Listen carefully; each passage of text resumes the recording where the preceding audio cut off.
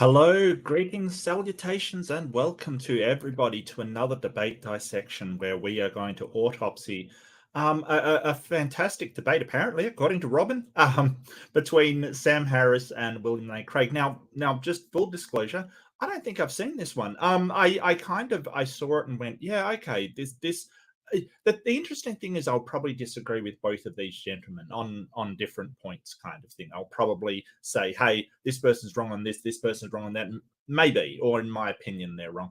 I do think that if I have seen this one, I certainly don't remember it. Just as I was flicking through and speeding it up and sort of cutting it down so it's less sort of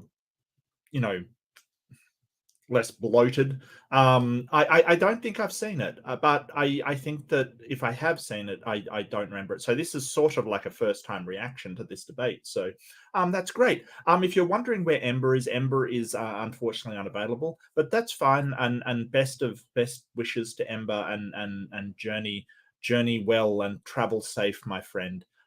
Definitely wish him all the best, and I want to thank everybody for coming, and also just sort of a bit of housekeeping I'm going to go through. There's Ember. Hang on, Ember. I gotta, yeah. There you go, buddy. There you go. I'll ban you from the chat. There you go. So yeah, I want to thank everybody for making my birthday. It was very, very heartwarming, and I felt very appreciated and very, very loved, and that was really nice. So thank you to everybody involved. I know I thanked everybody already, but it really meant a lot to me. So I really want to thank you for that. So yeah, getting to the debate. William Lane Craig, who I sometimes yeah, Ember, I miss you. All the best. Drive safe. Journey well, my friend. Journey well. William Lane Craig, I call the Claw. He does this kind of stuff.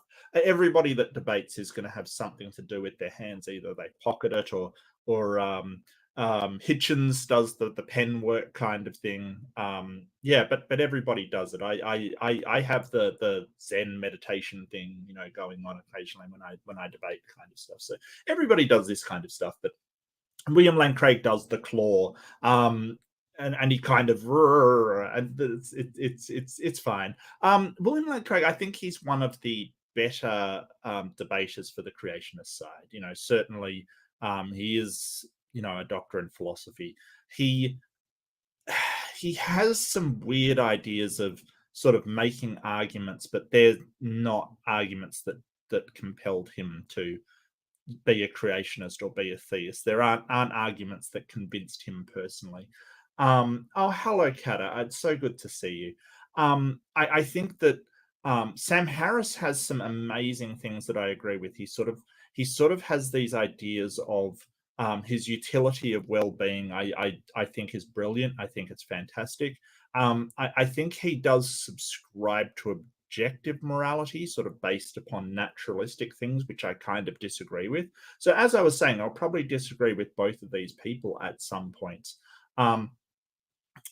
So if you think I can't tangent without Ember, wait, just hold your beer right there. I will tangent without Ember. It definitely will happen. But over these two interlocutors, I think it's a really good matchup. Sam Harris is a very good debater. William Lane Craig is actually a very good debater. I will give him credit for being a good debater. I don't agree with his arguments, but you can't fault his style and sort of his breadth of knowledge where it comes to philosophy.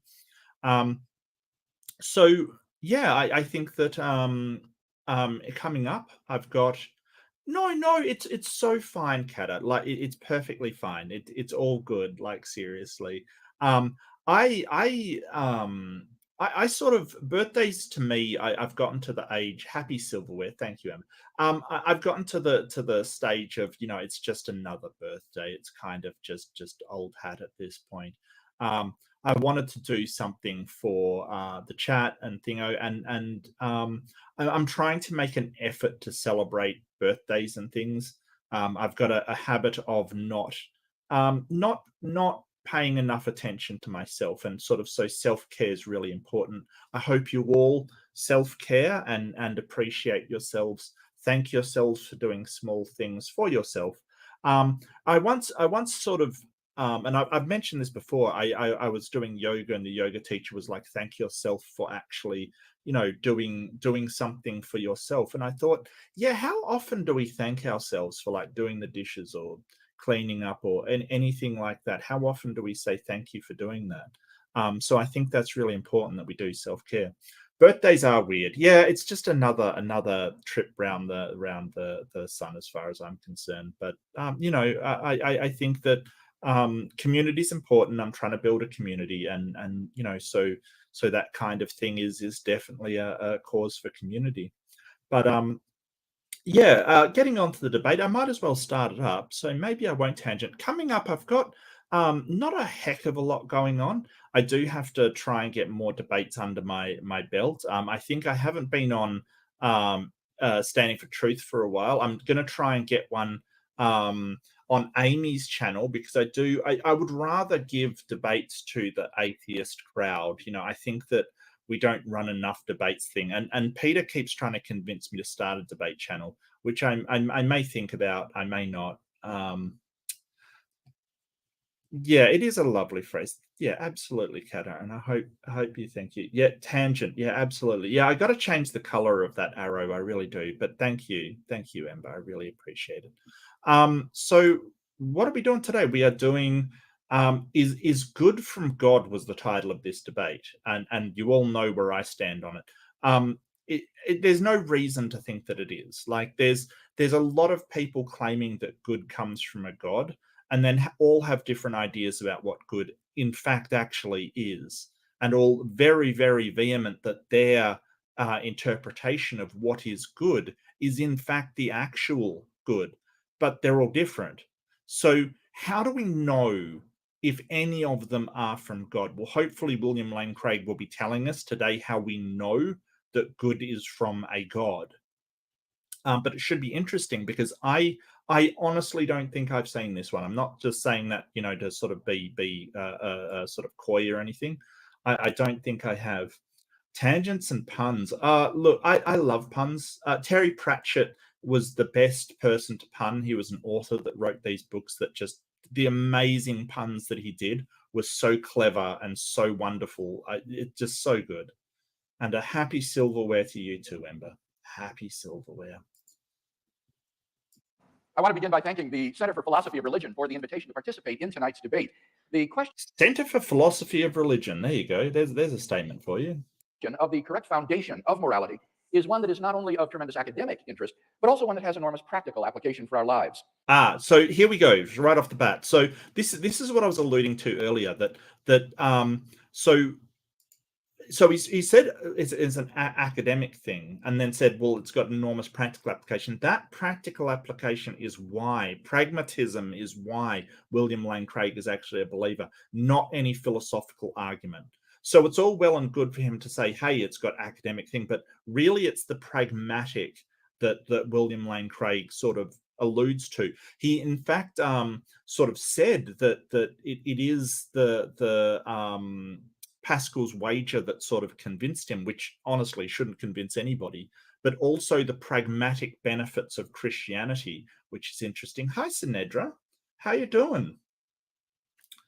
So it is this pragmatism that William Lane Craig really adheres to, but he's not going to talk about, well, maybe he will, I don't know. He usually doesn't talk about the pragmatic benefits, because really pragmatic benefits is kind of an appeal to sort of consequence, like, oh, it's in my best interest to believe in this thing. It's sort of like saying, well, it's in my best interest to think that the dear leader tyrant is doing the best for me because that keeps me out of trouble. Whether or not the consequences of that are beneficial to you has no impact on whether it's true or not. So yeah, it's kind of this sort of it's a weird argument to hear a doctorate philosopher to make, but there are some things that we pragmatically accept. We sort of pragmatically accept fallibility, that we can't ground absolutely any knowledge. We sort of accept that pragmatically. Am I all better now? Yeah, I feel so much better. Thank you, Sinedra. I do. I do feel a lot better. I was sick a little while ago. That's sort of in reference to that. But the annoying part was I was feeling sick without having like a runny nose or a sniffle. Was that sort of flu-y kind of sick without having the external symptoms kind of thing. So it was kind of like you feel like you have to, justify yourself to go, no, I am sick. No, honestly, I know I don't, I know my nose isn't running. I know I'm not sneezing kind of thing. It's kind of, yeah, it was kind of annoying. It was like, no, honey, honestly, I am sick. No, she's Lynn's fantastic. She's absolutely fantastic. Now, to begin with an important point of agreement, Dr. Harris and I agree that there are objective moral values in. Oh, we go. Yes, I was right. Sam Harris does agree with him that there's objective moral values. I'm not sure where he gets the objectivity from. I must admit I haven't read much of Sam Harris. I just came across some of his stuff, and I really like the idea of human well-being as being a useful and significant metric for morality. I liked that premise, and I think that sort of human well-being and societal well-being is yeah. Duties. To say that moral values and duties are objective is to say that they are valid and binding, independent of human opinion.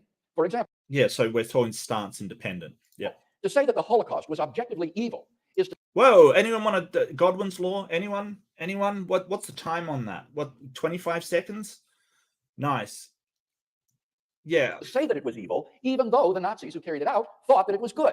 And it would still have been evil, even if the Nazis had won World War II and succeeded in brainwashing or exterminating everyone who disagreed with them so that everybody thought the Holocaust was good. Well, so this is the thing. Like, the question is there any stance independent fact that is true? Right? Does the universe actually care if there is a good or an evil? So just say you're coming from a naturalistic point of view. Is there anything independent of human minds that says that is good or evil? Or does the universe just not care either way? That's the question. I don't see any reason why the universe would care what humans do. It's just a matter of perspective. But I kind of say that the Holocaust is evil because when you're looking at things from a meta-ethical, you're looking to see, okay, what was the goal of the Nazis? It was to establish the Third Reich kind of thing, to establish the German Aryan nation as the best one. That was evil because it would not get them to that goal. Like, doing what they did would cause everybody to turn against them. So you can sort of say, hey, even if they eliminated everybody, it would still be, but they didn't. That's the whole point. That what they did is not something that would get them to their goal. Like a lot of totalitarian and tyrannical systems, like doing what they're doing wouldn't get them to their goal at all. Because, what we've seen is tyrants are overthrown. There's no tyrannical system in place that has been in place forever. Maybe you could say the same about sort of, systems with freedom and stuff, but I don't see how that would get you to your goal. One of the great merits of Dr. Harris's recent book, The Moral Landscape, is his bold affirmation of the objectivity. I haven't read it. I'm gonna note that down. I've got to read that book because I do want to understand where atheists that think there is objective morality are actually coming from. I don't see it myself. I know a lot of atheists argue for it though, and I don't understand. I think I'd subscribe to Hume's sort of problem of morality. You can't get an ought from an is. Just because something is a certain way, I don't think you can get a well, you should do this kind of thing. A lot of people appeal to evolution and say, well, evolution says we've got to survive. Yeah, but evolution also says to weed out the people that can't. So why ought you survive if maybe the best thing by evolution is for humankind to be wiped off the face of the earth, right? That may be the best thing evolutionarily speaking. So why ought we try to preserve ourselves in that case, or why ought we take these sort of actions to make sure that the ecosystem is in balance and things? I don't think it's enough to say, hey, people are wired to survival kind of thing. I don't think that's enough, because that doesn't really tell you what you ought to do for that survival. Of moral values and duties. He inveighs against what he calls the overeducated, atheistic, moral nihilists and relativists who refuse to condemn as objectively wrong terrible atrocities like the Or refuse to condemn as objectively wrong. It's not a case of I'm refusing to. It's a case of I don't see where objective morals come from. I don't see any sort of in a physicalist universe or a materialist universe. I don't see where anything in that, like where if you break things down into atoms and particles, why anything is morally right or wrong. I just, I think that having what did somebody once described as intersubjective, like subjective morals, but things that are agreed on in human systems. I don't see why that's not just as important as objective morals. I don't see why, if we condemn something as being against our moral framework, why that doesn't carry the same weight. I think sort of as far as the universe is concerned, though, things just happen.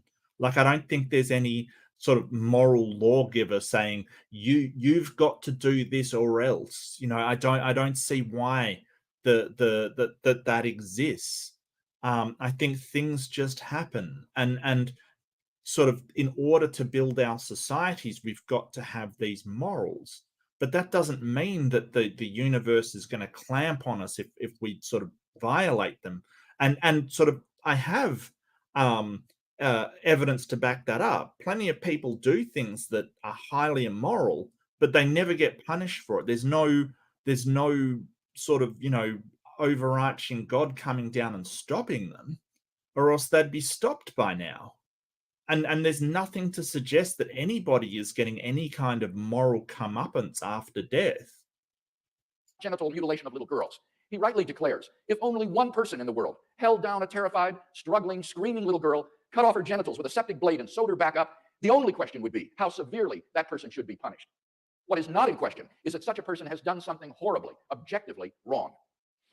The question before us this evening, then.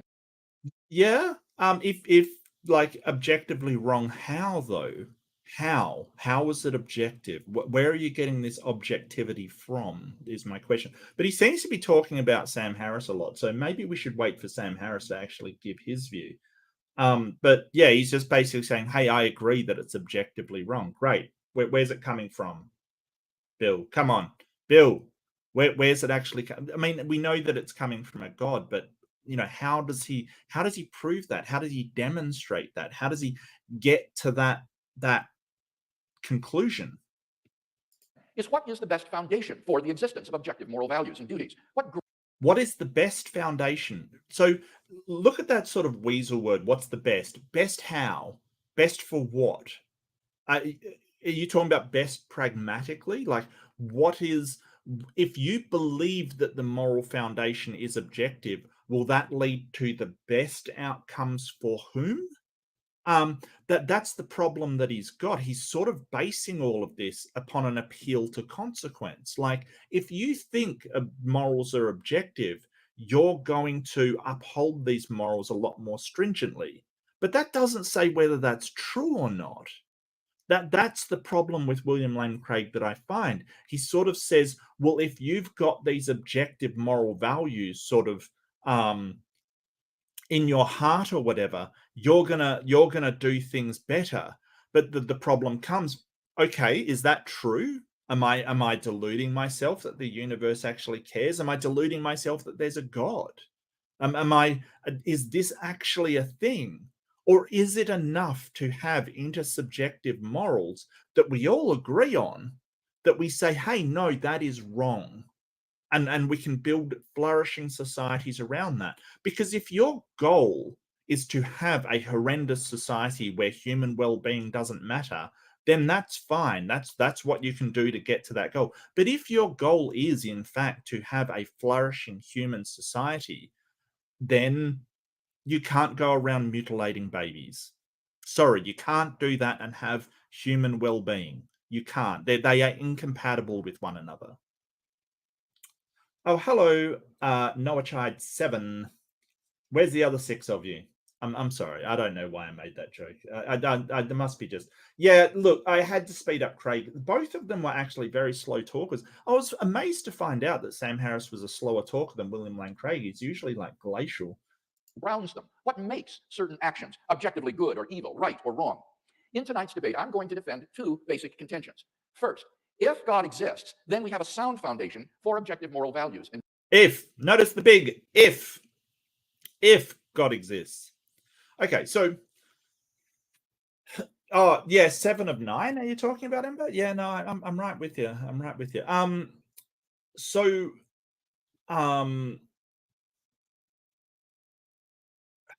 what was he saying? Yeah. Okay, so if God exists, we have a sound foundation for moral values. Do you though?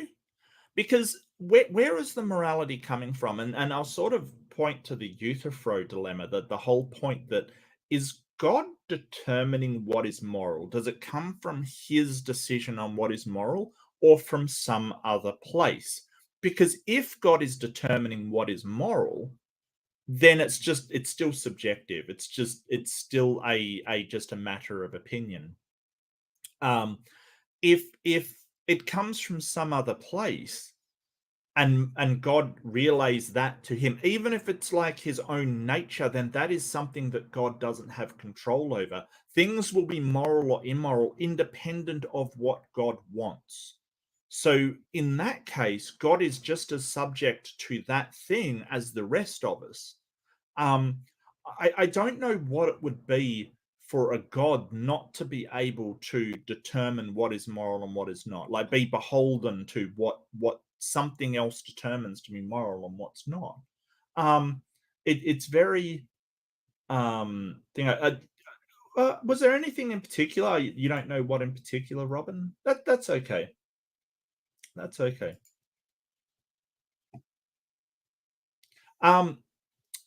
Yeah, so if it's God's will, what is moral, it's still just subjective. It's not objective. But the subject in this case, whose stance matters, is a God.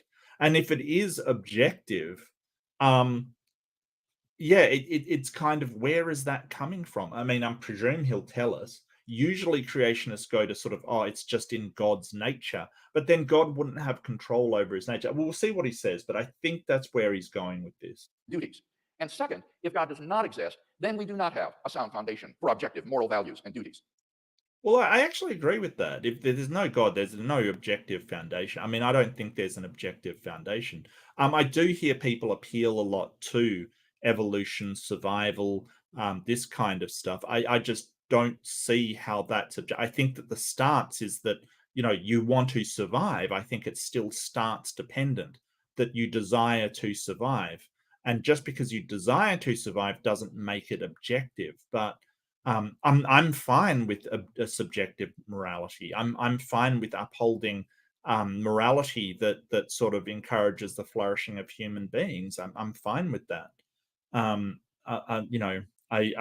fine with secular humanism based upon a subjective moral system, because I have confidence that people do want to have a flourishing life, a life full of well-being, and live in a society that allows them to flourish. I have confidence in that, so I don't really see the problem. Now notice that these are conditional claims. I shall not be arguing tonight that God exists. Maybe. Yeah, so basically he's saying And I don't know. I'm finding it a little weaselly. He's sort of saying, if God exists, then there's objective morals. Yeah, prove that first. But he's not going to be arguing with that. He's just basically saying, oh, well, just grant me that God exists, then I have objective morals. Why would we do that? Why would we just say, because you can claim all you want that objective morals are based upon a God. The problem is that there's maybe 2 billion people that are all claiming exactly the same thing, that their morals objectively come from a God. And guess what? Your morals are different. So who's got the right one? Nobody knows. You're basically saying it's sort of this man behind the curtain thing. Oh, there's a man behind the curtain who has a list of things you should and shouldn't do. He's got a list of rules. You should do some things, you shouldn't do other things. But I can't show you the man, and we can't read the list. We all disagree about what's on the list. So in that case, do you really have objective morals? Or do you have the morals of what you think is written on the list, and therefore it's subject to your own interpretation, which is subjective?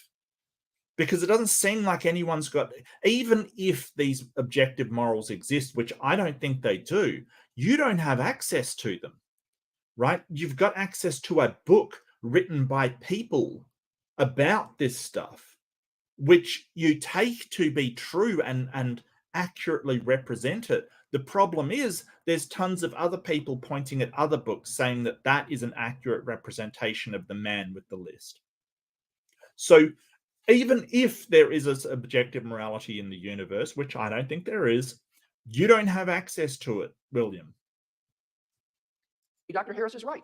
So, and the reason why I say that is just sort of because he's talking about pragmatically, it's better if you believe that there's objective morals because that gives you a stronger foundation. But what I'm saying is that if it's up to your interpretation and that's still subjective, then that objectivity criteria for having stronger morals doesn't really apply. You've still only got subjective morals based upon your interpretation of a book that's based upon an interpretation of some guy's interpretation of the guy with the list behind the curtain. It's not objective in that case. It's subjective. Did you guys see Underling's last? I don't know who Underling is, Rembrandt, and no, I didn't in that case. Underlings? I'm confused. I'm confused. Oh, okay. I don't know who that is. Okay, well, I'll put that on my list as well. That's cool. I thank you.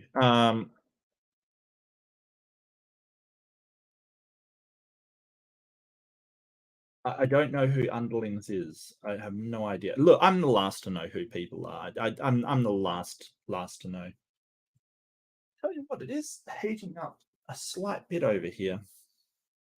Atheism is true. That wouldn't affect the truth of my two contentions. All that would follow is that objective moral values and duties would then, contrary to Dr. Harris, not exist. So let's look at that first contention together. If God exists, then we have a sound foundation for objective moral values and duties. Do you, though? Do you actually have access to this objective list of moral duties? Do you, though? Because I don't think you do. You're claiming that the Bible is the accurate list of things, but what makes you think that's an accurate list? Because it says it is? Is that really something to base it on? Like the document is good because it says it's good? Is that really a good claim? Is that really a good foundation? Of course it isn't. Of course it isn't. Here, I want to examine two subpoints with you. First, theism provides a sound foundation for objective moral values. Moral values have to do with what a sound foundation. No. Soundness, you have to actually demonstrate it is true. The thing is that you're skipping to, well, if a God exists, then the Bible is true. But what about if a God exists and the Bible's completely false about it? What if the Bhagavad Gita is true? Then you don't have a sound foundation. You have an incorrect foundation. What if there's a God and the actual objective morality hasn't actually been put onto paper? Right? You ever think about that? What if a God exists and it is the flying spaghetti monster and the book of noodles hasn't been written yet? What if that is the case? What if that is the objective moral foundation? Oh, and I've had a super chat. Oh, thank you so much, Robin. I really appreciate it. For $5 US, Robin Webster. The last part about not sure who was responsible was a joke. Harris' second response, I saw the absurdity of gods. Oh, that's cool. That's cool.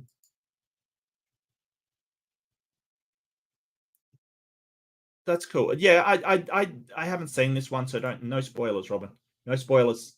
No spoilers, please. Is good or evil. On the theistic view, objective moral values are grounded in God. As St. Anselm saw, God is by definition the greatest conceivable being, and therefore the highest good. Right, but by definition, do we know that?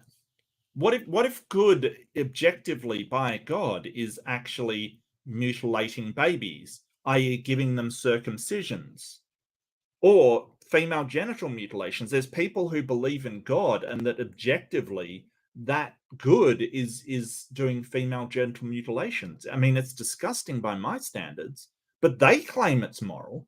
So why should we take Anselm's Anselm's idea of what is good, the greatest moral good, because it just happens to coincide with what he thinks the greatest moral good is? This is just projection of your own moral standard onto this God figure. Because you can't tell me that God doesn't, like, according to your own doctrine, that God doesn't think that genital mutilation is bad. Because God in the Old Testament demanded that. Not just suggested, demanded that babies were mutilated, that they were circumcised. He demanded that and almost killed somebody that didn't.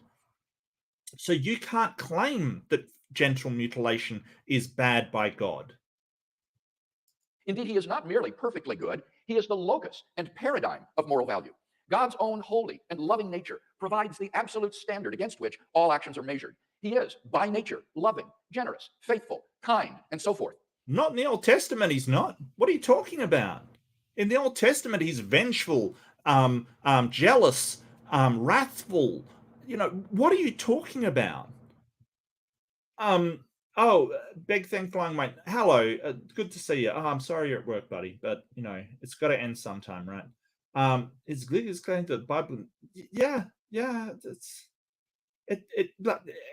he's just attributing all the things that he sees as good, right? He sees all these things as good, but they aren't the tributes that a God showed in the Old Testament.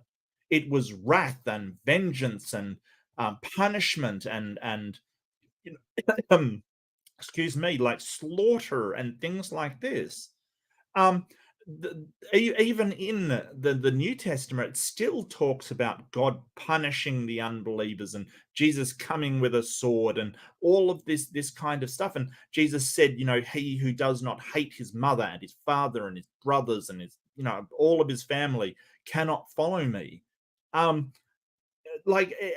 whole idea that these are virtues that God has, I think, is projection of what William Lane Craig sees as good posted onto his idea of a God. I don't think that is the attributes that are shown in the Bible. And even if those were the attributes shown in the Bible, even if it was, let's just say that the Bible had no instances where God lost his shit and drowned people, or God, demanded that somebody sacrifice their son to him, kind of thing. Like, just imagine that it was all wonderful rainbows and lollipops and unicorns.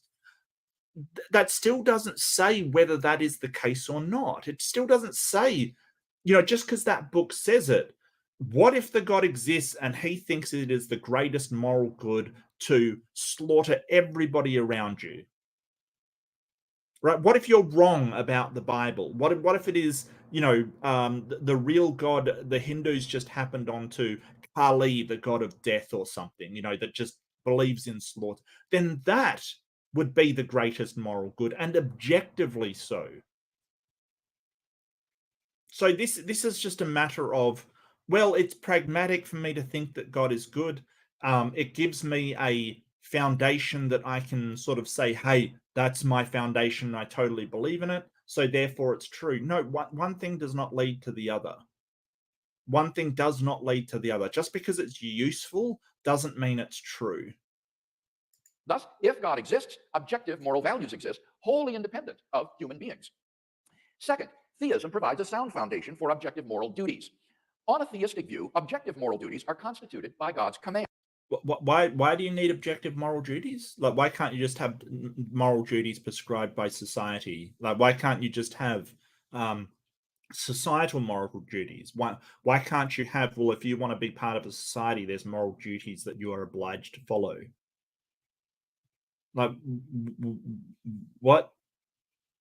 Because just because moral duties, even if they were objective, doesn't mean that anybody has to follow them, right?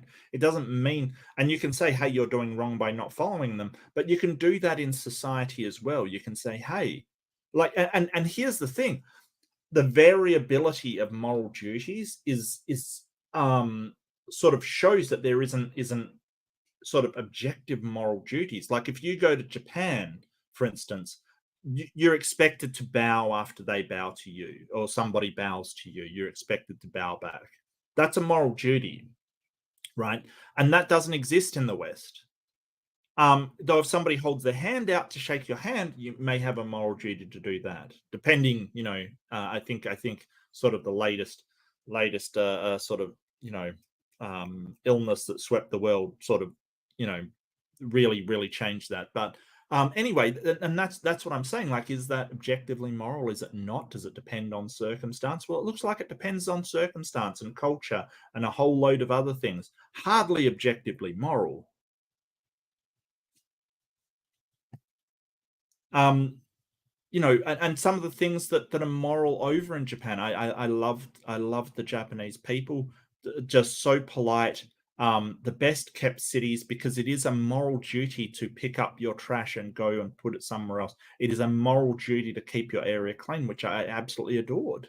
Like, I adored them for it. They're such a wonderful way to run cities and things. It's a moral duty not to talk on trains. God's moral nature is expressed in relation to us in the form of divine commandments, which constitute our moral duties. Or whose divine commandments, and how do you know they come from a God? But see, he's just going to say, oh, well, I'm not here to prove a God, so it doesn't matter. So you're basically saying, if a God exists, and if he prescribes moral duties, and if we have the right moral duties, and if those moral duties are relayed to us in such a, all of these ifs, that means it's almost a tautology. It's saying, if God prescribes objective moral duties, then we have objective moral duties. Great. Fantastic. Sure, of course it does, Daryl. Does it meet the level of moral, picking up litter? Sure.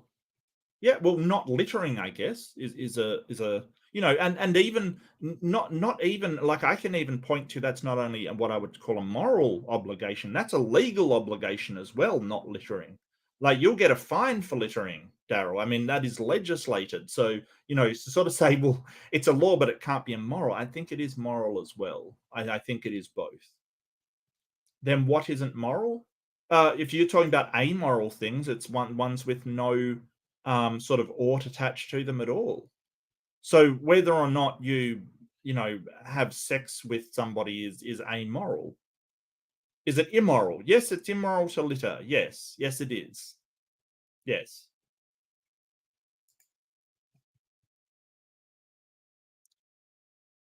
Obligations.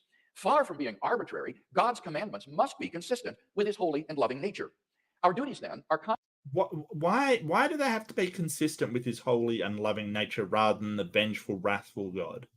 Like, what? And did God's moral change in nature? Yeah. So he said the magic word, God's nature. He's sort of saying, hey, God has this nature, so it makes it objective rather than subjective, like God's decided that this is a sort of good and bad. But there's a problem there. God doesn't have control over his nature. Or if he does have control over his nature, what the problem of evil will raise its ugly head, because if God has control over his nature, then why is there so much suffering in the world? Not only from people, so you can't appeal to free will, also from just natural things. Like, why have volcanoes that kill people? Why have floods at all? Why does it rain and flood people out? Like, why all this suffering? Because you're trying to say that the only objective moral standard is God's nature, but a whole bunch of stuff happens that's not loving and kind. So where does that come from? Constituted by God's commandments, and these, in turn, reflect his essential character. In the Judeo-Christian tradition, the whole moral duty of man can be summed up in the two great commandments. First, you shall love the Lord your God with all your strength and with all your soul.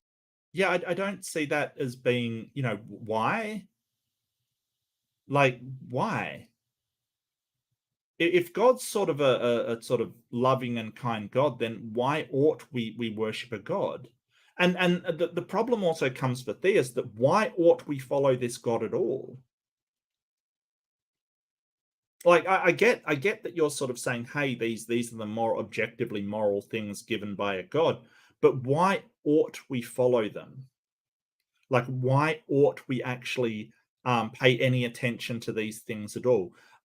As Hume famously said, you can't get an ought from an is. Just because things are a certain way doesn't get you to a, well, that's what we ought to do, or that's what we ought to behave in certain way for. So you could point to, hey, well, God's going to sort of punish you if you do that, right? Or God's going to throw you into hell, or punish you or obliterate you, depending on what your belief is, and you're going to get to heaven.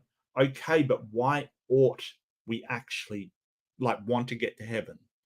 Isn't that just a preference? Isn't that just, hey, well, I don't want to be punished and I want to be rewarded?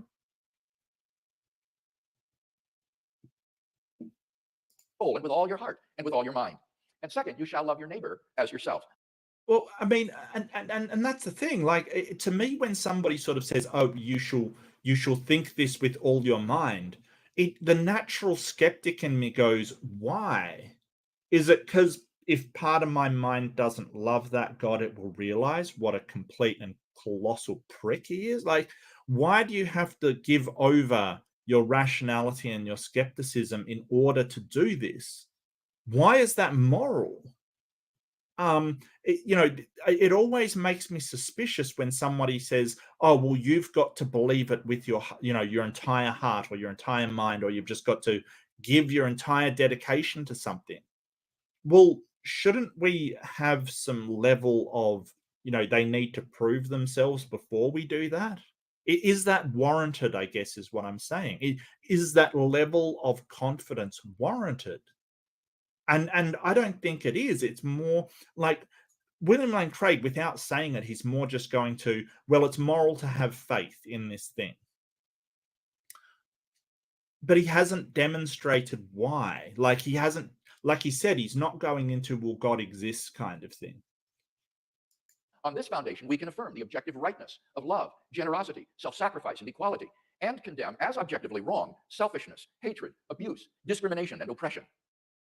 I'm sorry. So this is where I'm going to bring up like my common quote. The creationists don't have any sense of irony. They've got no sense of irony. Let's just go through that list again. Now, see if you can pick out any of the attributes God has in this list. Sacrifice and equality, and condemn as objectively wrong selfishness, hatred, abuse, discrimination, and oppression. Okay, selfishness, abuse, discrimination, oppression. Sound like a god to anybody? Yeah. If I had to sum up a load of things that God does, selfishness, abuse, discrimination, oppression, that is the things that the God of the Bible does. Right, because he doesn't care how you feel. He is the most selfish creature in the entire world. He just wants you to love him, no matter what you're actually told. Right? That is essentially what he does. He wants you to love him no matter what he does to you. That kind of abusive partner kind of selfishness, love me, I'm going to hurt you. I'm going to crush you. I'm going to do these things, but love me anyway, right? Selfishness, oppression. I don't know of any more oppressive kind of stance than be subservient to my will always. Be a slave to God. And the crazy thing is that Christians are proud of being slaves to God. They are proud of this kind of stuff. They're proud to be sheep, which is wacky, but sure, I don't know why they're proud of that, but okay. But you can't then turn around and say, hey, God is all loving, gentleness, kindness. Like, come on, this is just deluding yourself at this point. In summary, then, theism has the resources for a sound foundation for morality. It grounds both objective moral values and objective moral duties. And hence, I think it's evident that if God exists, we have a sound foundation for objective moral values and duties. Let's turn then to my second contention. Not so sure you do, champ. And that, as you said, that is a conditional which you haven't demonstrated. So, I don't really see that as a good distinction. That if God does not exist, then we do not have a sound foundation for objective moral values and duties. Consider first the question of objective moral values. If God does not exist, then what basis remains for the existence of objective moral values? Why do they have to be objective? I suppose he is going against Sam Harris, and he says Sam Harris, sort of has objective. In particular, why think that human beings would have objective moral worth? On the atheistic view, human beings are just accidental byproducts of nature, which have evolved relatively recently on an infinitesimal speck of dust called the planet Earth, and which are doomed to perish individually and collectively in a relatively short time. Yeah, no, I'm we have value to us. That's the thing. Like, we don't, you don't need the universe to care about your car for your car to have value. It's valuable to you, right? This is the mistake that he's making. It's like, oh, well, it's got to have intrinsic objective value. No, like, it's really important that you get around. It's important to you. The universe may not care about us, but we do. We care about us. And I don't understand why that's not enough. Like, it has to have this overarching human somehow this, but it fits in with the rest of the Christian ideal that animals are just subservient to us, and we're this big thing that humans are special. We're really not. We're just really clever apes. That's it. But we're special to us, and that's enough. That's fine. We can be special to us. I just don't see why we're special to the universe. That's all. On atheism, it's hard to see any reason to think that human well-being is objectively good any more than insect well-being or rat well-being or. Well, the whole point is, if it's subjective, it depends on who is making that call. Humans are important to humans because we're humans. Like, rats aren't that important to us because we're not rats. I'm sure rats are really important to rats, right? And humans are not important to rats. Like, this is the thing.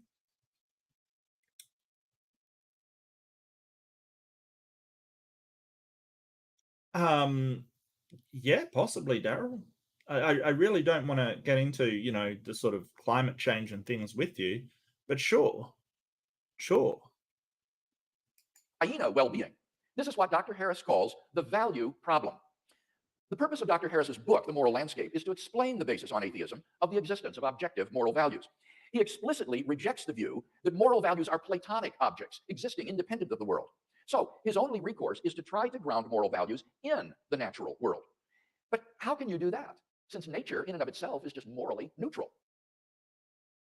Yeah, Robin, you may have pet rats, but I would probably suggest that humans are more important to you than rats. We have these levels of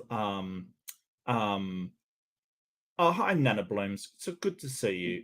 We have these levels of what we consider important. Your close family is more important to you than extended family. Your extended family is more important than total strangers. Your country is more important than other. We have these sort of levels of societal care that humans build, but they're really kind of arbitrary.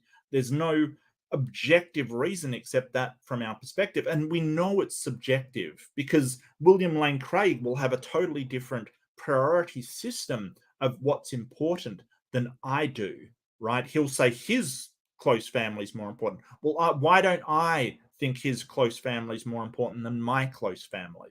Well, we all understand it's a relational organization, like it's like I prioritize that kind of thing. So we all understand that. So how can it be objective in that case? I'm not 100% sure, but we all do this level of prioritization of things that are important to us. Different people have different levels of importance, and they might structure it completely different. We're not looking for identical sort of moral systems. We're just looking for compatibility. We're looking about how we do this so we incorporate everybody into this system in a way that we can all flourish together and sort of improve together. We're not looking to have everybody agree with us. And that's what I love about secular humanism. It never imposes itself by saying, hey, we've got these objective morals and you have to abide by them. It never really says that. It says, hey, if human well-being and human flourishing, if your life and others' lives are important to you, then here's how we go about building a society that does so. If that is what you're interested in, it is only incidental that almost every single human across the planet is interested in that. People are generally the same. That's what they're interested in.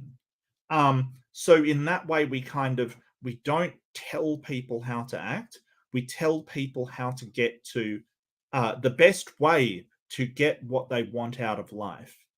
And it's kind of just incidental that everybody really just wants a content life. On a naturalistic view, moral values are just the behavioral byproducts of biological evolution and social conditioning. Moral values are the byproducts of evolution and social conditioning. Yeah, I mean, kind of, I guess. Yeah, not real. I mean, nobody thinks that evolution is a good way to thrive anymore. Like, sort of the whole idea of being in competition with other humans, it's not going to get you to what you want, right? It's not like. So one of the things we've learned as we've got a better understanding of our situation here is that we're kind of, whenever humans are fighting among one another, we are limiting ourselves because it's not really humans that are the problem. Like, you may think, oh, well, our greatest enemy is other humans. No, it's not. Like, this is, I guess this is my opinion, but consider this for a second. The greatest threat to humans has always been and will always be the environment around us. And we may not be aware of that, right? We may be on a little planet in an insanely hostile environment that we can't even spend like 1 second in. It always has been the threat. Always. There's no greater threat than an asteroid hitting this planet. Okay, we may be unaware of that threat, but that doesn't mean that's not the greatest threat. And we've gotten larger and larger and larger. We understand that we have this we're not in a relatively safe place. And, don't panic. It's fine. We're fine for the moment. But, things like NASA are learning how to push aside asteroids, see if we can save us if ever we have that problem. We're doing things to work together to act as one cohesive organism, if that's the right word for a disparate species like humans, to survive. And what we've found is that the more we cooperate, the best chance of survival we have against the environment we create for ourselves, the very best chance.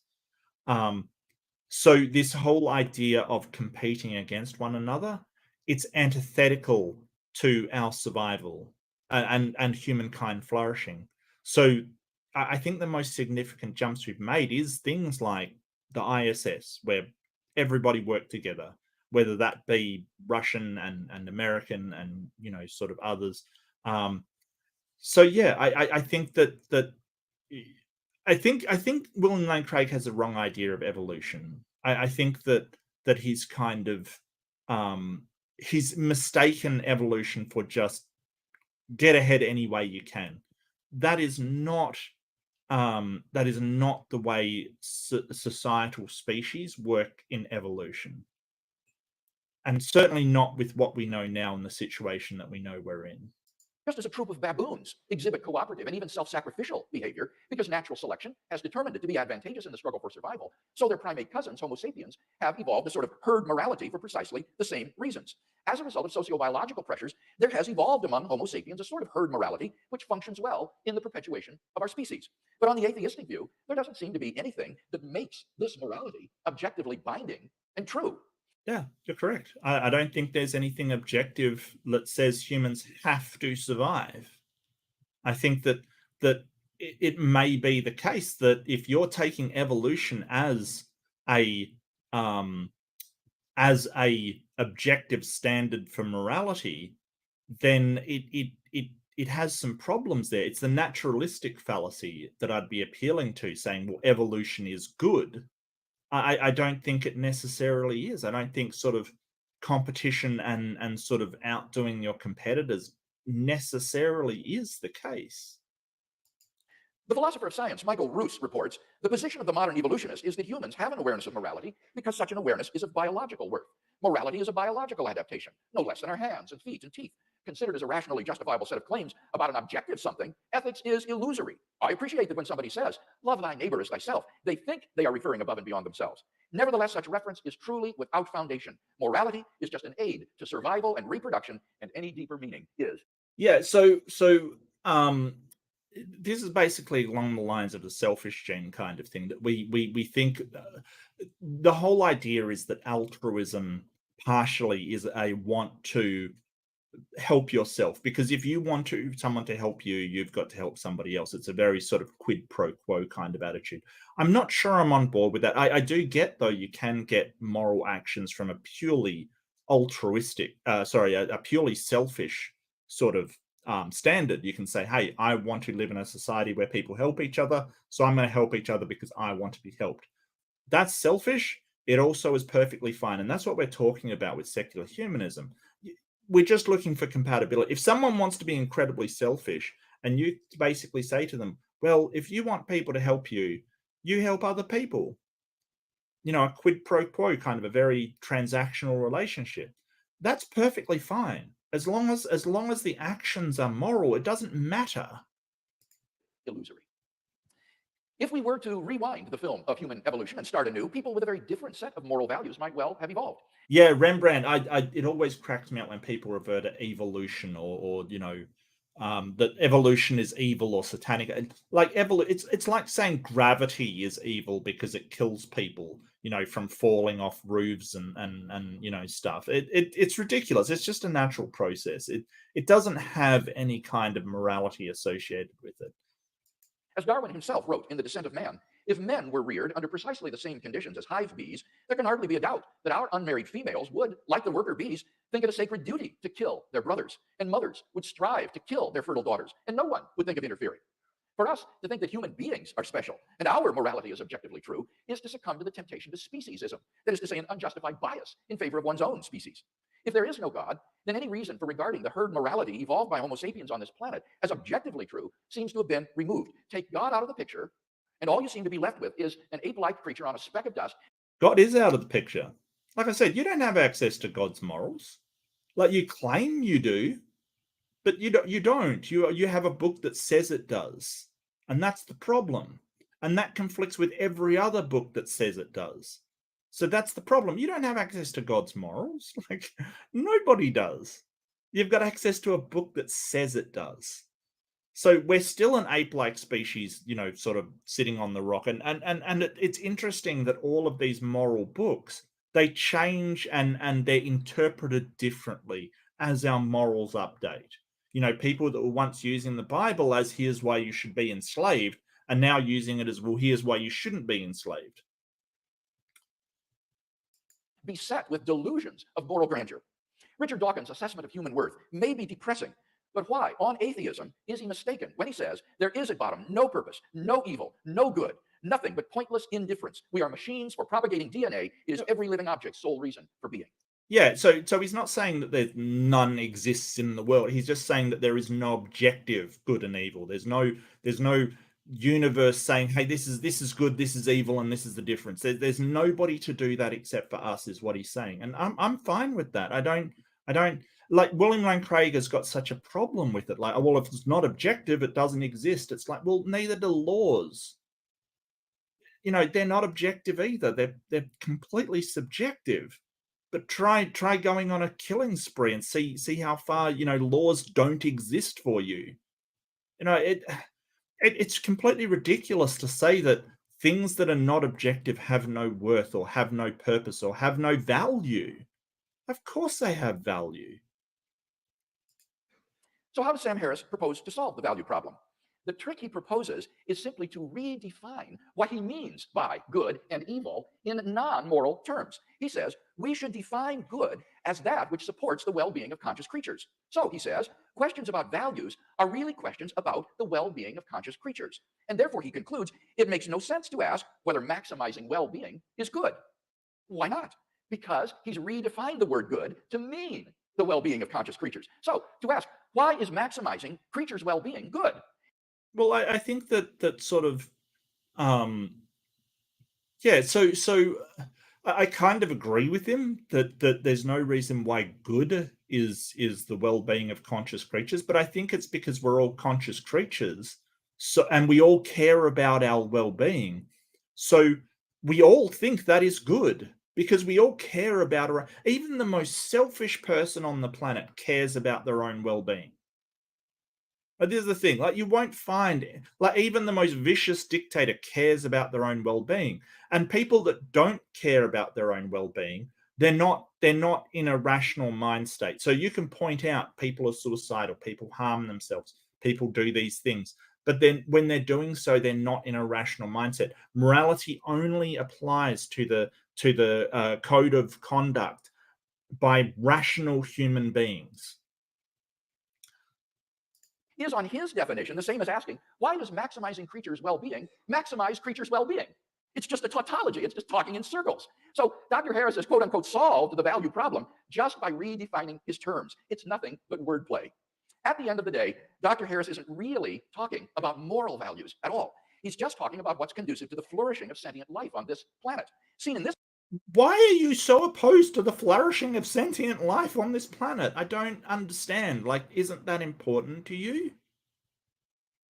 And if it's important to you, why is it important to you? Because it won't be important to you because a God says so. Because the God of the Bible, is not interested in the flourishing of humans, of sentient life on this planet. In fact, when sentient life made a big ass tower in order to flourish, he knocked it down.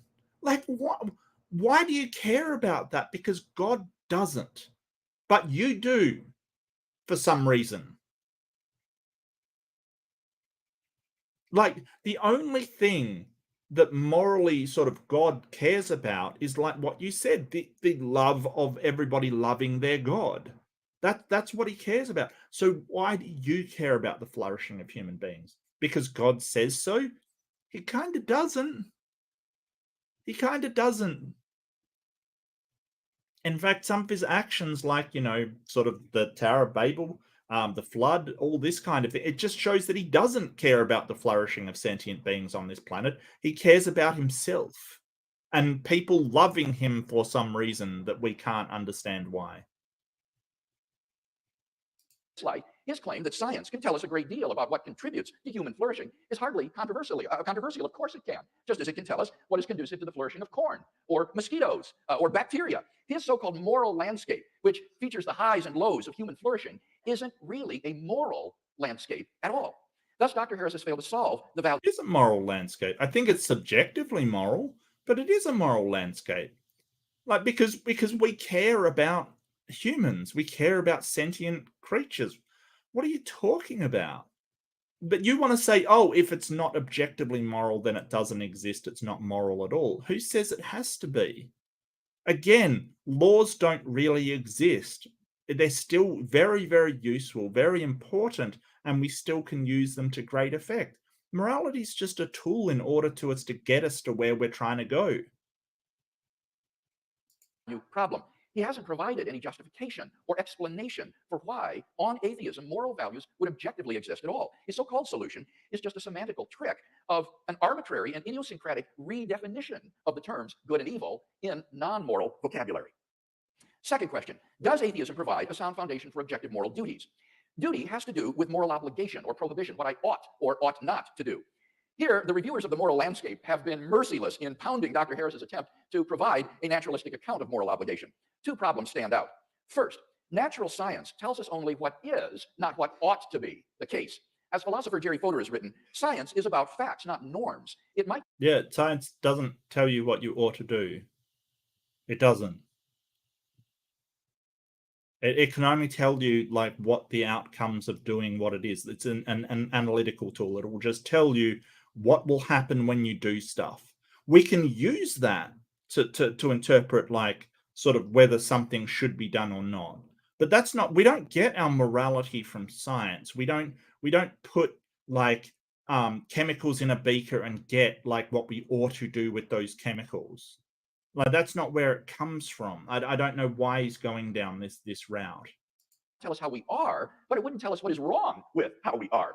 In particular, it cannot tell us. Yeah, but it can show whether you are healthy or not healthy. Like it can show you what would be the behavior to get you to a better well-being. And if you want to get to a better well-being, then that will tell you about that. Like we're not saying it tells you what you ought to do, but it can inform you of the actions, the consequences of actions that are taken. I don't think anyone's claiming that science makes moral judgments. I don't know who's claiming that. Does Sam Harris claim that? I've got no idea. So baffling. That we have a moral obligation to take actions which are conducive to human flourishing. So, if there is no God, what foundation remains for objective moral duties? On the naturalistic view, human beings are just. Yeah, okay. Well, you know, obviously Sam Harris maybe likes objective moral duties. Okay.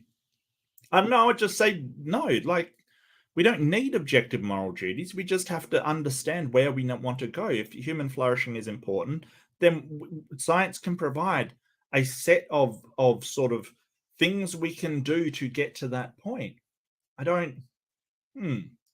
Animals, and animals have no moral obligations to one another. When a lion kills a zebra, it kills the zebra, but it doesn't murder the zebra. When a great white shark forcibly Humans are not descended from pond slime. Who's saying they are? You know, Rembrandt, like, just leave the straw man at home, mate. Maybe you work on a farm, but, you know, there's no reason to bring the straw man in. It's, no scarecrows, please. Copulates with a female. It forcibly copulates with her, but it doesn't rape her. For none of these actions is forbidden or obligatory. There is no moral dimension to these actions. So if God does not exist, why think we have... Why does God allow it? He allows all of this stuff in animals. And depending on the animal, like, you know, depending on the animal, that different things are obligatory and different things are not obligatory. And I'm including humans on that. You know, there's some moral obligations some societies have and some moral obligations, you know, they don't have.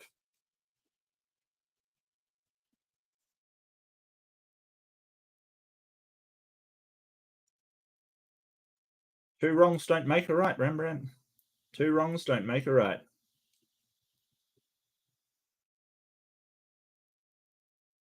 Any moral obligations to do anything. Who or what imposes these obligations upon us? Where do they come from? It's very hard to see why they would be anything more than a subjective impression ingrained into us by societal and parental conditioning.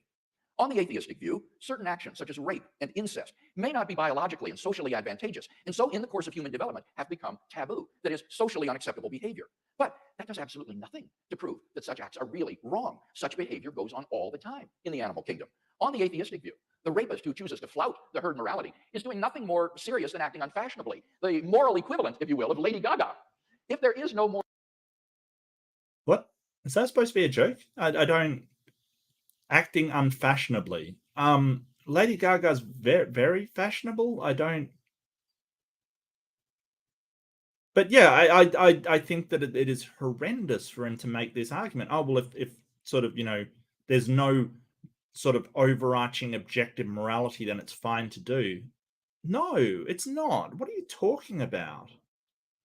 That is a really disingenuous argument to make. I really think he's just trying to sort of point out, as I agree with, there's no objective morality if that in the universe doesn't care really what happens to us. Yeah, I agree, but it's interesting what Sam Harris will say to that. Moral lawgiver, then there is no objective moral law. And if there is no objective moral law, then we have no objective moral duties.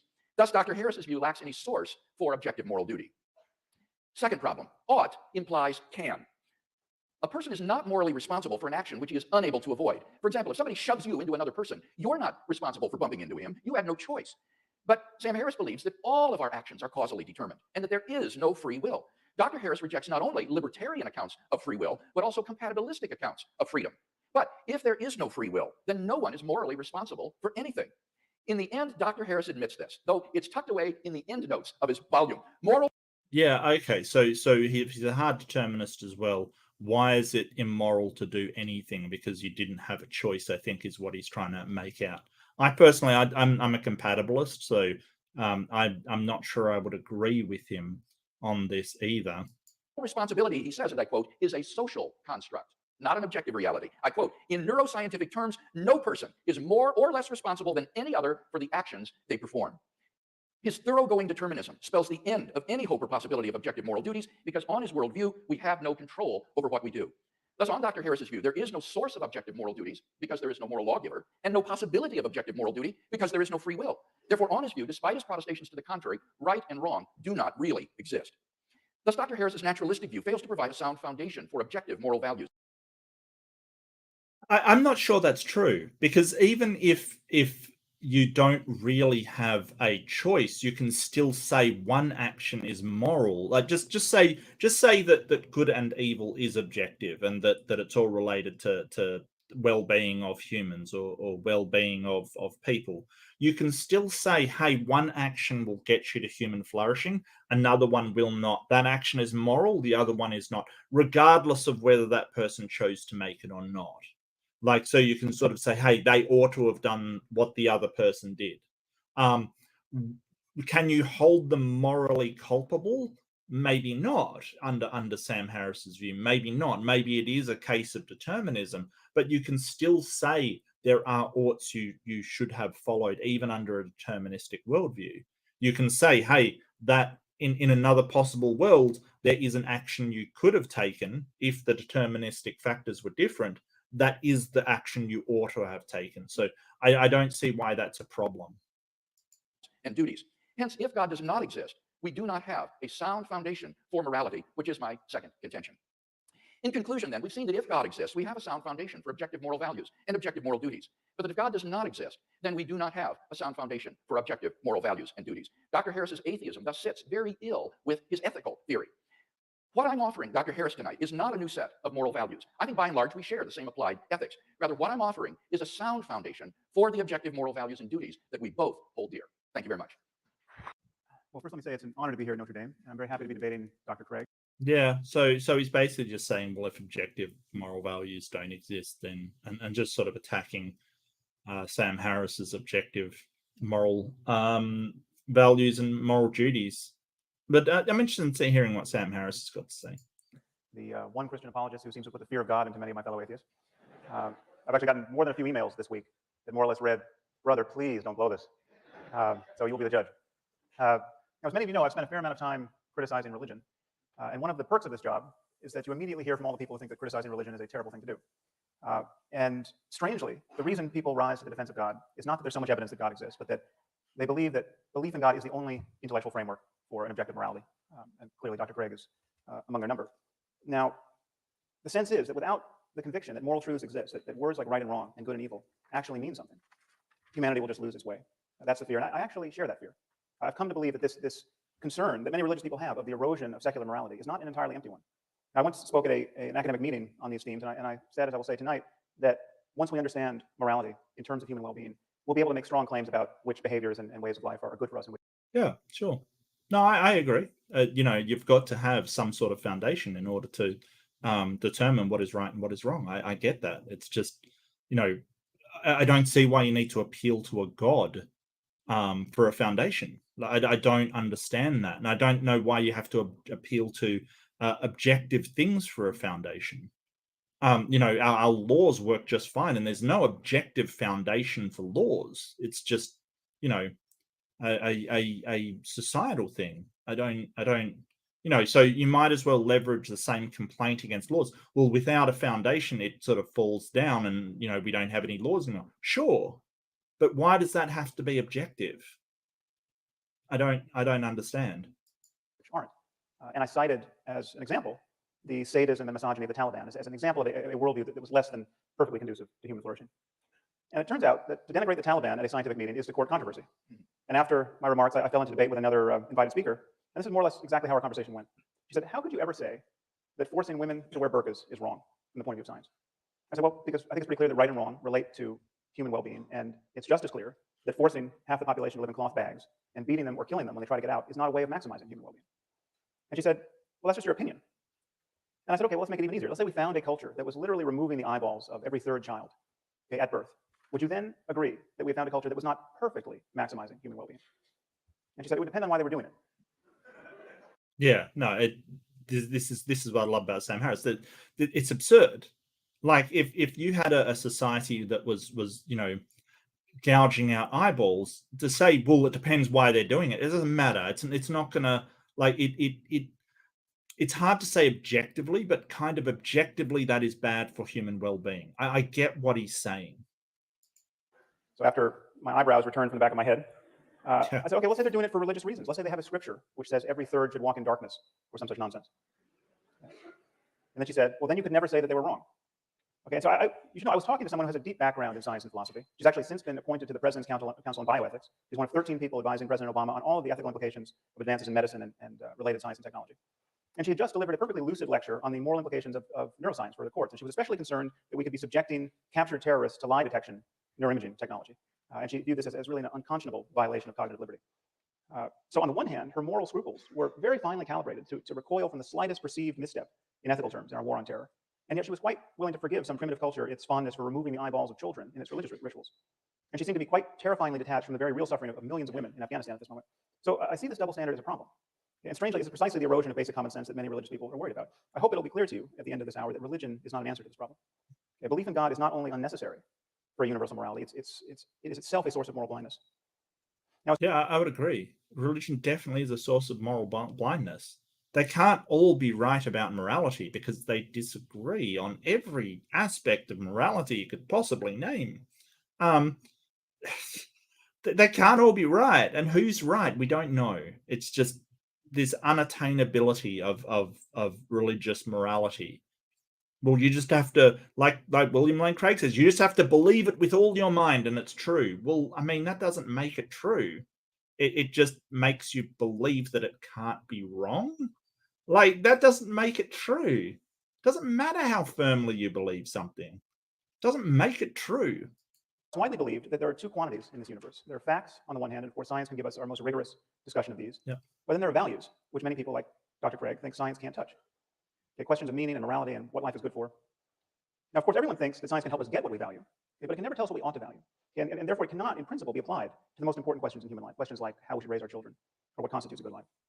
Now, it's thought, from the point of view of science, and Dr. Craig just gave voice to this opinion, that when we look at the universe, all we see are patterns of events. Just one thing follows another. Okay, and there's no corner of the universe that declares certain of its events to be good or evil or right or wrong. Apart from us, I mean, our minds, we declare certain events to be better than others. But in doing that, it seems that we're merely projecting our own preferences and desires onto a reality that is intrinsically value-free.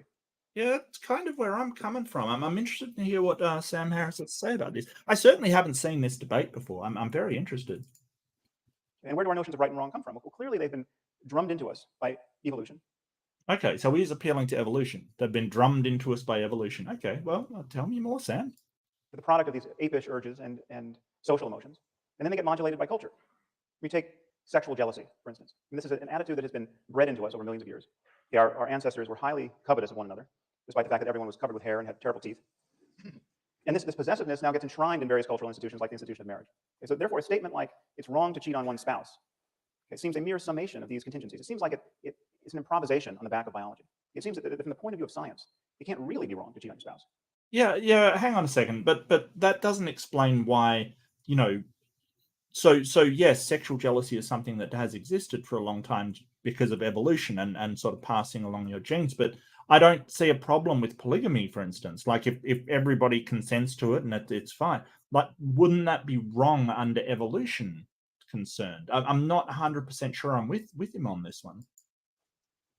Okay, this is just how apes like ourselves worry when we learn to worry with words.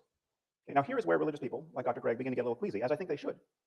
Okay, and many see no alternative but to insert the God of Abraham, an Iron Age God of war, into the clockwork as an invisible arbiter of moral truth. Yes, he is an Iron Age God of war. Yes. It's wrong to cheat on your spouse because Yahweh deems that it is so.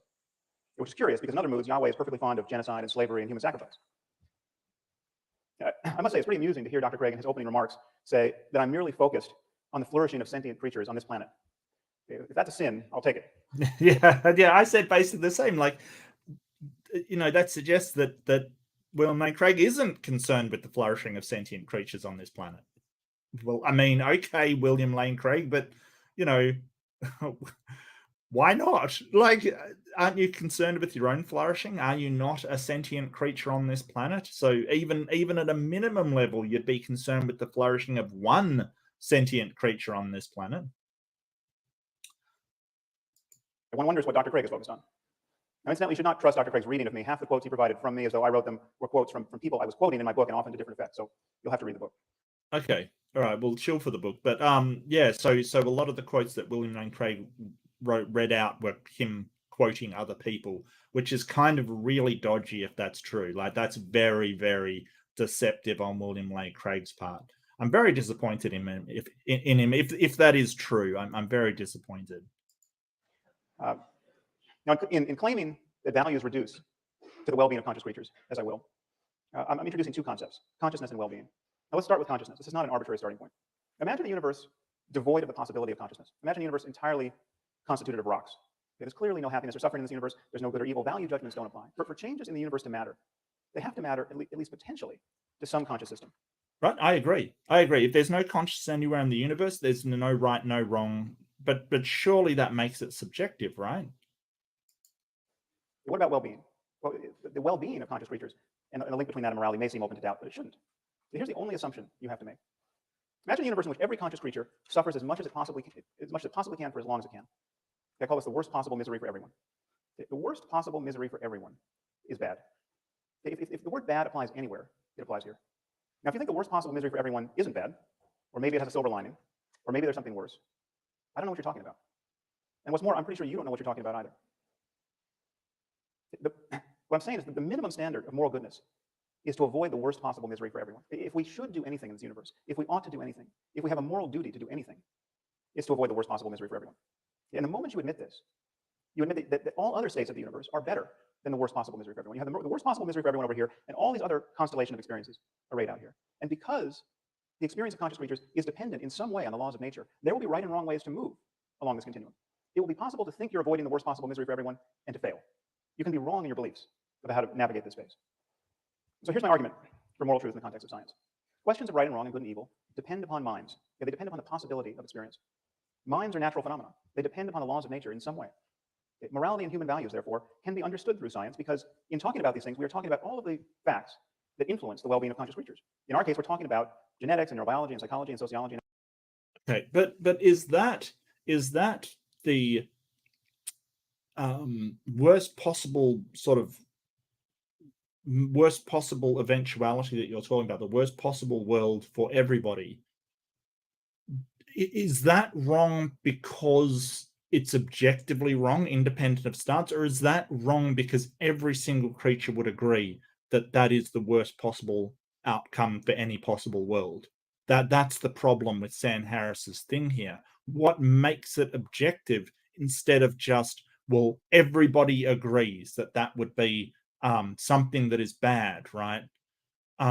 Just because every single consciousness in the universe agrees that that state of affairs is bad doesn't mean that it is evil, that you've got some kind of moral, objective morality. it still is just subjective. So here's where I disagree with Sam Harris. Economics. Now, I view this space of all possible experience as a kind of moral landscape with peaks that correspond to the heights of well-being and valleys that correspond to the lowest suffering. And the first thing to realize is that there may be many equivalent peaks in this space. There may be many different but morally equivalent ways for human beings to thrive. But there will be many more ways not to thrive. There'll be many more ways to fail to be on a peak. There are clearly more ways to suffer unnecessarily in this world than to be sublimely happy. Now, the Taliban are still my favorite example of a culture that is struggling mightily to build a society that's clearly less good than many other societies on offer. The average lifespan for women in Afghanistan is 44 years. They have a 12% literacy rate. They have almost the highest infant mortality and maternal mortality in the world, and almost the highest fertility. So this is one of the best places on earth to watch women and infants die. It seems to me perfectly obvious that the best response to this dire situation, which is, say, the most moral response, is not to throw battery acid in the faces of little girls for the crime of learning to read. Now, of course, this is common sense to us, unless you happen to be a bioethicist on the President's Commission at this moment. What I'm saying, at bottom, these are also truths about biology and neurology and psychology and sociology and economics. It is not unscientific to say that the Taliban are wrong about morality. But the moment we notice that we know anything at all about human well-being, we have to say this. Okay, now, some people with a little philosophical training may be tempted to say, well, what if a father wants to burn off his daughter's face with battery acid? Who are you to say that he's not as moral as we are? What if he has an alternate conception of well-being that's just as legitimate? Or who's to say that we should care about the well-being of little girls? This is the kind of email I get, incidentally.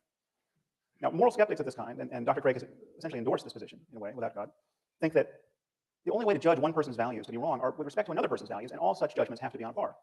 This is not true. There are many ways for my values to be objectively wrong. They can be wrong with respect to deeper values that I hold. They can be wrong with respect to deeper values that I would hold if I were only a deeper person. It's clearly possible to value things that will reliably make you miserable in this life. Yeah, I agree with you, Robin. I think that actions can be, well, it's not really objective. It's kind of, yeah, I get what you're saying. It's kind of, I've been challenged on this before, that like it's not really objective because it still ultimately depends on a stance, but it's more that it's objective in virtue of that goal. I get what you're saying. I really do. There's certain things that will get you to that goal and will not get you to that goal. And I think that's perfectly fine. I think that, because that Taliban person who's doing that still wants the flourishing of their society. They're just wrong. They're just outright wrong that throwing battery acid in their girls' faces will get them to that better society. It's not going to. It's not going to. It's clearly possible to be cognitively and emotionally closed to experiences that you would want if you were only intelligent and knowledgeable enough to want them. It is possible not to know what one is missing in life. So things can be right or wrong or good or evil, quite independent of a person's opinion. Right. Now, some of you might worry that I haven't defined well-being enough. How can No, I agree. As long as you care about well-being, as long as you care about the well-being of even yourself, things can be right or wrong. I still think that's like caring about well-being is subjective. I think that we're kind of hardwired to care about our own well-being and the well-being of people around us, but I still don't see that as objective. Like, I don't see it as objectively true, like independent of any mind. I think that is just, it happens to be the way that humans are wired. But I don't think it's objective at all. I still think it's a subjective thing. Loose as a concept be the benchmark of objective values? Well, consider by analogy the concept of physical health. Physical health is very difficult to define. It used to be that if you were healthy, you could expect to live to the ripe old age of 40. Now our life expectancy has doubled in the last 150 years. What does health mean? Okay, well, it has something to do with not always vomiting, not being in excruciating pain, not running a fever. Okay, but how? Well, I think we can sort of, evaluate physical health, like how healthy we are generally, whether we're having a good day. I mean, when someone is unhealthy, like, if somebody spends their time, indoors, which is me, but doesn't eat well, is looking really, when somebody's unhealthy. A doctor can tell when somebody's, kidneys are unhealthy or they have some kind of cancer. It's not, yeah. How fast should a healthy person be able to run? That question might not have an answer, but this does not make the question of health vacuous.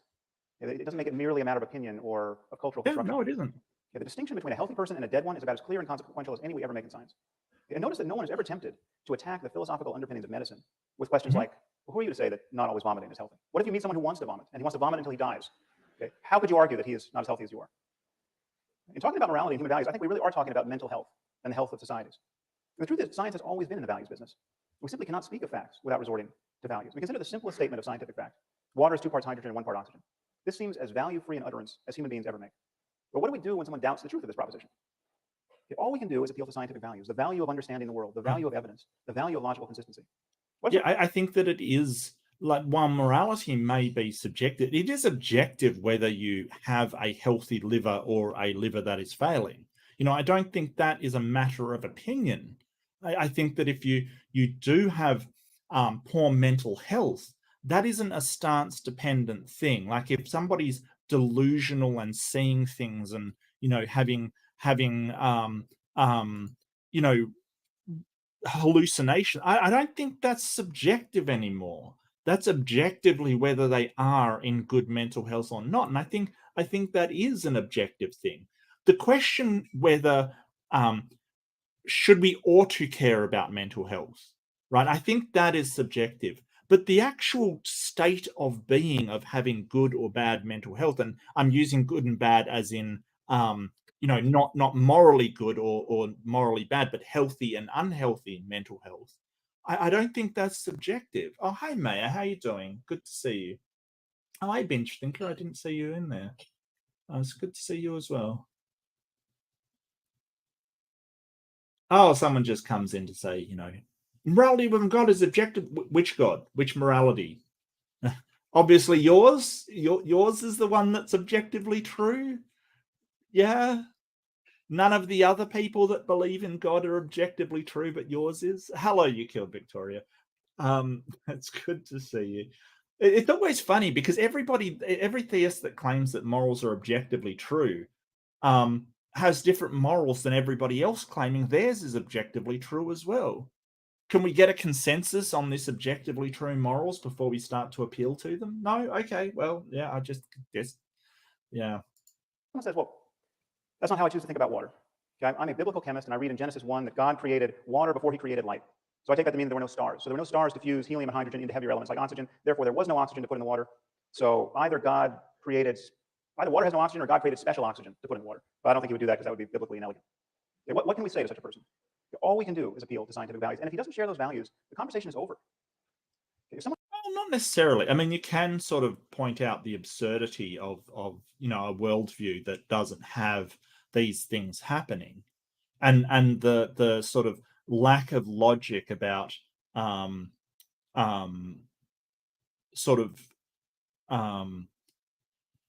lack of logic about a special miracle doing this, that, and the other. Like, there's just no evidence for it whatsoever.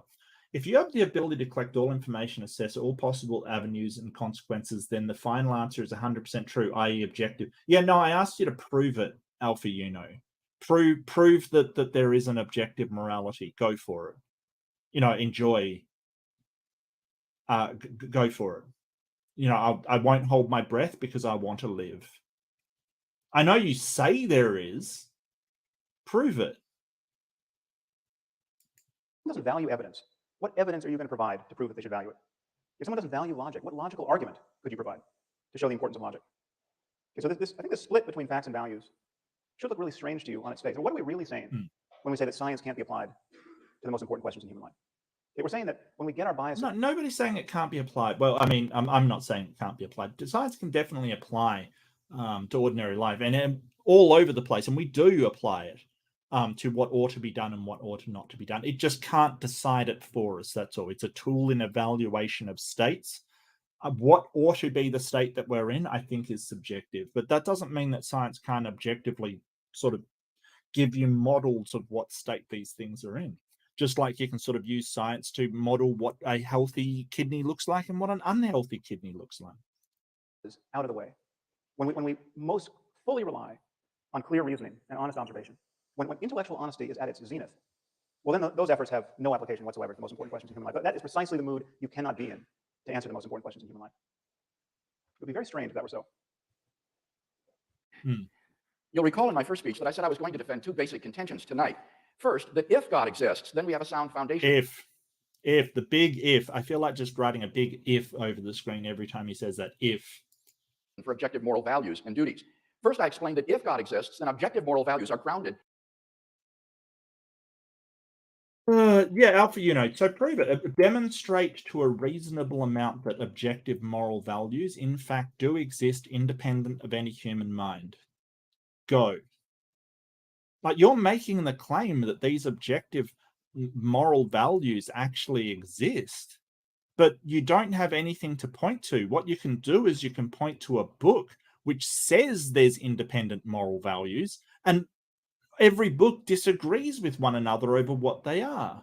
So that's the whole point. If you were here earlier, you would basically understand that you don't have access to any objective moral standard. You have access to a book that claims it has access to an objective moral standard, but differs from every single other book that claims to have an objective moral standard. How do we know this objective moral standard actually exists? Like, demonstrate that that actually, in fact, exists. Because the diversity of moral opinions sort of says, well, if there was an objective moral standard, then we should see it, but we don't. So how do we know it exists? It's very simple. Just demonstrate that it, in fact, actually exists. In the character of God himself, who is essentially compassionate, fair, kind, generous, and so forth. That is not the God of the Old Testament. Not compassionate, generous, kind. No, it's vengeful, wrathful, jealous, things like that. Why are we appealing to just one of, like, William Lane Craig's interpretation of it? And it doesn't get much better in the New Testament either. He's still going to be vengeful if you don't love him, which isn't exactly what I would call moral. That's the thing. Like, if we applied sort of God's idea of love to, humans, then you would have a sort of really controlling, overbearing partner who would light you on fire if you don't love him. No, just prove the objective. Look, if you've got to prove a God exists to prove moral objectivity, that's fine. Like, I get you. Then you've got to prove God exists to prove moral objectivity. But you're making a claim that you know that objective morals exist. And I'm asking you how you demonstrate that, how you put forward a actual, because you're talking about something objective, not mind dependent in the universe somewhere that determines oughts. Right? That you ought to do this or you ought to do that. So you should be able to demonstrate that is the case. It's not my problem how you do so. It's your problem. But demonstrate it. Dr. Harris didn't have anything by way of disagreement to say, but I do want to clear up a possible confusion. He represented this by saying that if religion were not true, then words like good and evil, right and wrong would have no meaning. I'm not maintaining that. That is to confuse more. It would have no meaning. If religion was not true. Okay, well, yeah, it does sound like that. I mean, it does sound, well, it's more, I don't think he's sort of represented Sam Harris very well there. I think he's saying that what you're claiming, William Lane Craig, is that if objective morals don't exist, then good and bad would have no meaning. And I don't think that's true. I think they still would have meaning. They would have meaning to us. Moral ontology with moral semantics. Moral ontology asks, what is the foundation of objective moral values and duties? Moral semantics asks, what is the meaning of moral terms? And I am not making any kind of semantical claim tonight that good means something like commanded by God. Rather, my concern is moral ontology. What is the ground or the foundation of moral values and duties? To give an illustration. Yeah, I get you. I get what he's saying. He's saying that God doesn't just express and determine what is good and evil. He refers to something else, but that means that something else God doesn't have control over. God's just as beholden to whatever it is that is determining good and evil as the rest of us do. And so if you do take God, that those moral values coming from whatever it comes from, God is beholden to, then God fails on the moral front. I mean, God is responsible for all this death and murder and slaughters and people being sacrificed and all these horrible things. You're claiming that that is morally good. So you've got a problem there.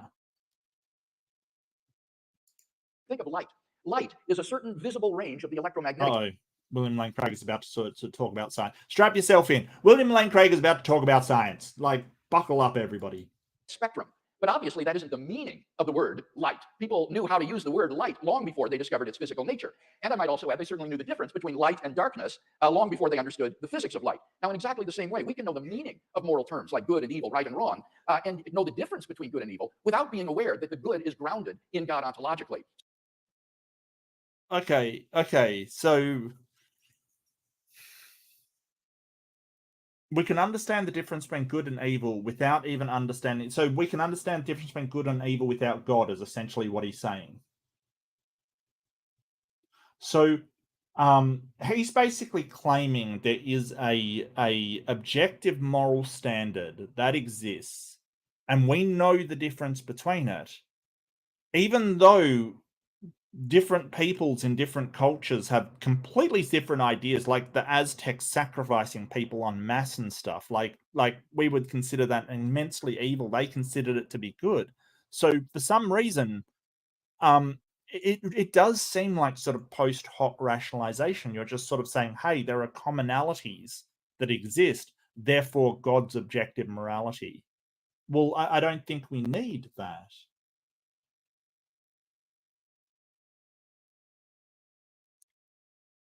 Oh dear. No, Alpha, I can basically say that the beginning of the universe is atemporal, therefore it is eternal. Therefore, I don't need to have an infinite series of dependencies. I can just say that the universe is the necessary state of being.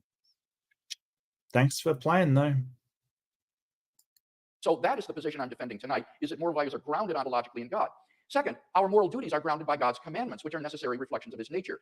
Here, the only response I detected from Dr. Harris was to refer to the atrocities in the Hebrew Bible. But I think this is quite irrelevant to tonight's discussion. There are plenty of divine command theorists who are not Jews or Christians and place no stock whatsoever in the Bible. So this isn't an objection to divine command theory that I'm defending tonight. Now, if you are interested in biblical ethics, I want to highly recommend Paul Copan's new book. Buy my DVDs. Yeah, okay. I thought Sam Harris did a plug. No, he didn't. This is a shill. This is a shill. Like when you're holding up the book. Is it his own book? No, it's somebody else's book. That's all right. I mean, you gotta do friends for your things for your mates, right? You gotta do things for your friends. That's fine. I get you. Buy my DVDs. Book, Is God a Moral Monster?, which examines those passages in the Hebrew Bible in light of the ancient Near East, and I can guarantee you it will be a very enlightening and interesting read. But this issue is strictly irrelevant in tonight's debate. So we've not heard any objection to a theistic grounding for ethics. If God does exist, it's clear, I think, obvious even, that we have a sound foundation for objective moral values and duties. Now, what if God does not exist? Is there a sound foundation, first of all, for objective... If God does not exist. Okay. Yeah, if he doesn't exist, then there is no foundation whatsoever for objective morals, and I don't see why that's a problem. Moral values. Now here, Dr. Harris said you don't need religion in order to have universal morality. Okay, Alpha, yes. Okay, so basically, you're basically giving a necessary the contingency argument. Essentially, the contingency argument is what you're getting. So if you want to look up Sean Carroll. He's a physicist, and he talks about the many worlds hypothesis, which is basically that our local presentation of space-time essentially went on eternally, right? So the universe in a quantum state has been here eternally. But eternal is the wrong word because it suggests it covers all time. It's a better word is atemporally, right? That before time, space-time, there is no time. So at the beginnings of the Big Bang, it would have lasted forever and instantaneously. So in that case, according to the contingency argument, the universe becomes the necessary state of being. Okay, can you wrap your head around that? The necessary being, and by being I don't mean an agent, I don't mean a person kind of thing. When we talk about being, we're talking about a state of being. The necessary being is the universe. Okay, so that completely blows that out of the water. But I'm not saying that the universe, that the many worlds theory hypothesis, by Sean Carroll is correct. I'm saying that is a possibility. And with that possibility, you can't deductively say it's a God. you're essentially doing what's called God of the gaps. We have a lack of knowledge about how the universe began, so therefore you get to insert a God. You don't. You don't. You just don't. I'll point you to one of my favorites, and I wish I had the emoji done, but never mind. It's called the Blarney Stone. Now, the Blarney Stone is just a magical stone, right? A magical stone that created the universe but has no moral foundation, is not an agent. And because it's magic, it can do anything that's logically possible, right? So it is infinite and eternal, timeless, spaceless, transcends reality. It's the Blarney Stone. Now, the only difference between that and a god is that it's not an agent. It doesn't have any personality. Therefore, it imposes no will upon the universe. Therefore, it imposes no objective morality upon the universe. So, show that that's wrong. Go for it.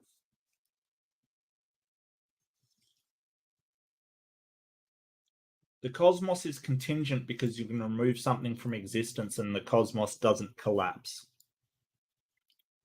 I never mentioned a cosmos at all. Never mentioned a cosmos. So I don't know what you're arguing against. Well, Darryl, it's kind of the same thing. That's why I use atemporal rather than eternal, because eternal suggests forever, and that's a really bad description of something that's atemporal. It's kind of forever and instantaneous at the same time. Like it's both, is the best way I can describe it. Cosmos, all of existence. Yeah. I still don't get why that doesn't mean that the universe is necessary. So, and you still haven't addressed the magic Blarney Stone. So, yeah. I mean, you can say the universe was created by a god. It's the necessary state of being. And you could be correct. But how do you demonstrate that? Because you're trying to do a deductive argument and basically eliminate every single other possible creation of the universe or origin of the universe. How do you know all of this? And the answer is you don't know any of this. You're just making it up as you go along. That's what you're doing. It's a God of the gaps. We don't know where the universe came from, so I'm going to say God, say is necessary, everything else is contingent, bang. You don't get to do that. You've got to show it. The one thing that you can remove that could cause the cosmos to stop existing, the cosmos.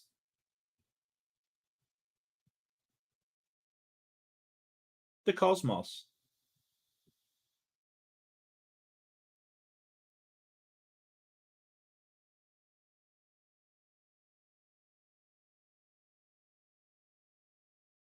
The cosmos is necessary. But thanks for playing.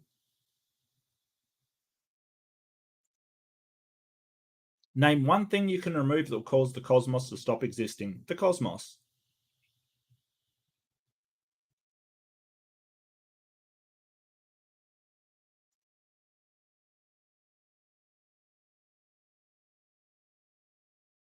The cosmos. No, the cosmos is not a blanket term. No, it's not. Any more than God is a blanket term. Name one thing that you can remove that will cause God to stop existing.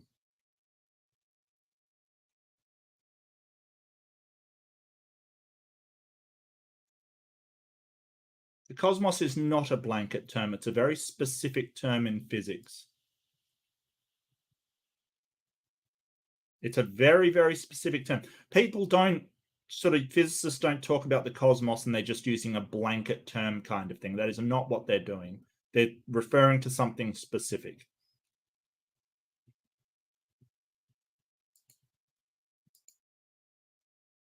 So yeah, that was fun. I mean, yeah, cosmos does not mean what you think. Yeah, absolutely, Maya. That is 100% true. Cosmos does not mean what you think it means. It doesn't mean all of reality. It doesn't. Again, that's a confusion. Of course you don't. Remember, the Nazis, for example, could have won World War II and established a universal morality. The issue isn't universality. The issue is objectivity.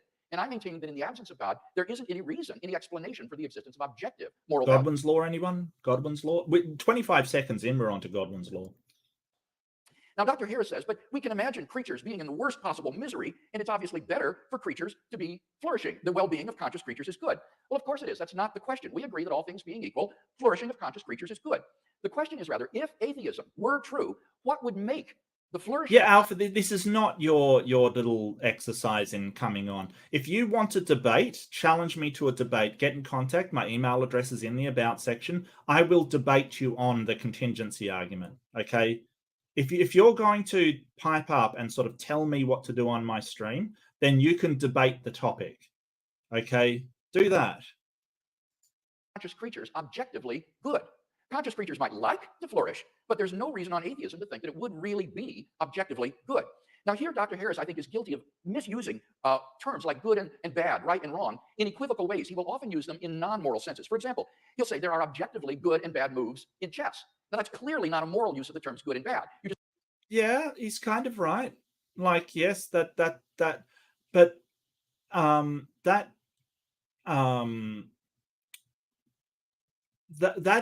is not what we're trying to say. Look, this is not your stream, Alpha. Look, don't make me get out the hammer, man. Like, seriously, I don't want to do it.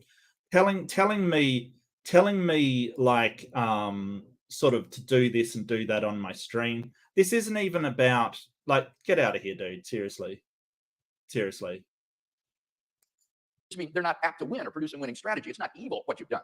And similarly, in ordinary English, we use the words good and bad in a number of non-moral ways. For example, we say Notre Dame has a good team. Now, we can hope it's an ethical team, but that's not what's indicated by the win-loss record. That is no. William Van Craig is right. He's right. There is multiple uses of good and bad, and obviously, when you say it's a good move in chess, you're not referring to a moral move. It's not what you're sort of alluding to. I get that, but I think it can be moral in virtue of achieving the goal of winning the game. I think that is thing. So if the game is human flourishing, you can. I think that's where morality sits. It's attempting to achieve that goal. I think that is what it is.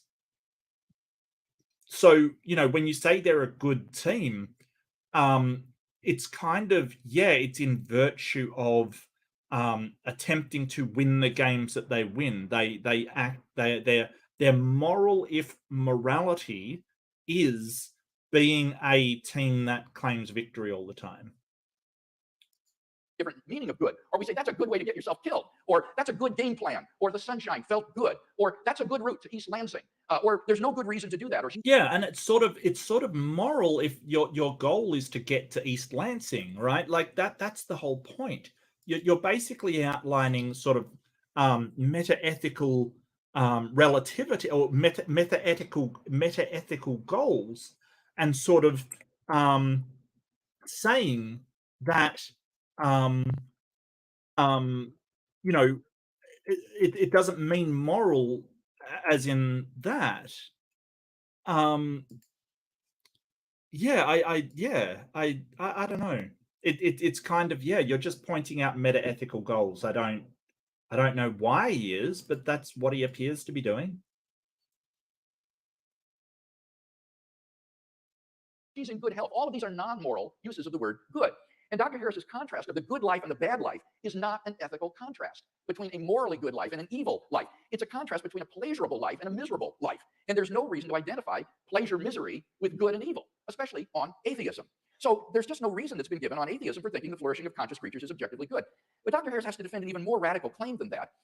He claims that the property of being good is identical with the property of creaturely flourishing. And he's not offered any defense of this radical identity claim. In fact, I think we have a knockdown argument against it. Now, bear with me here. This is a little technical.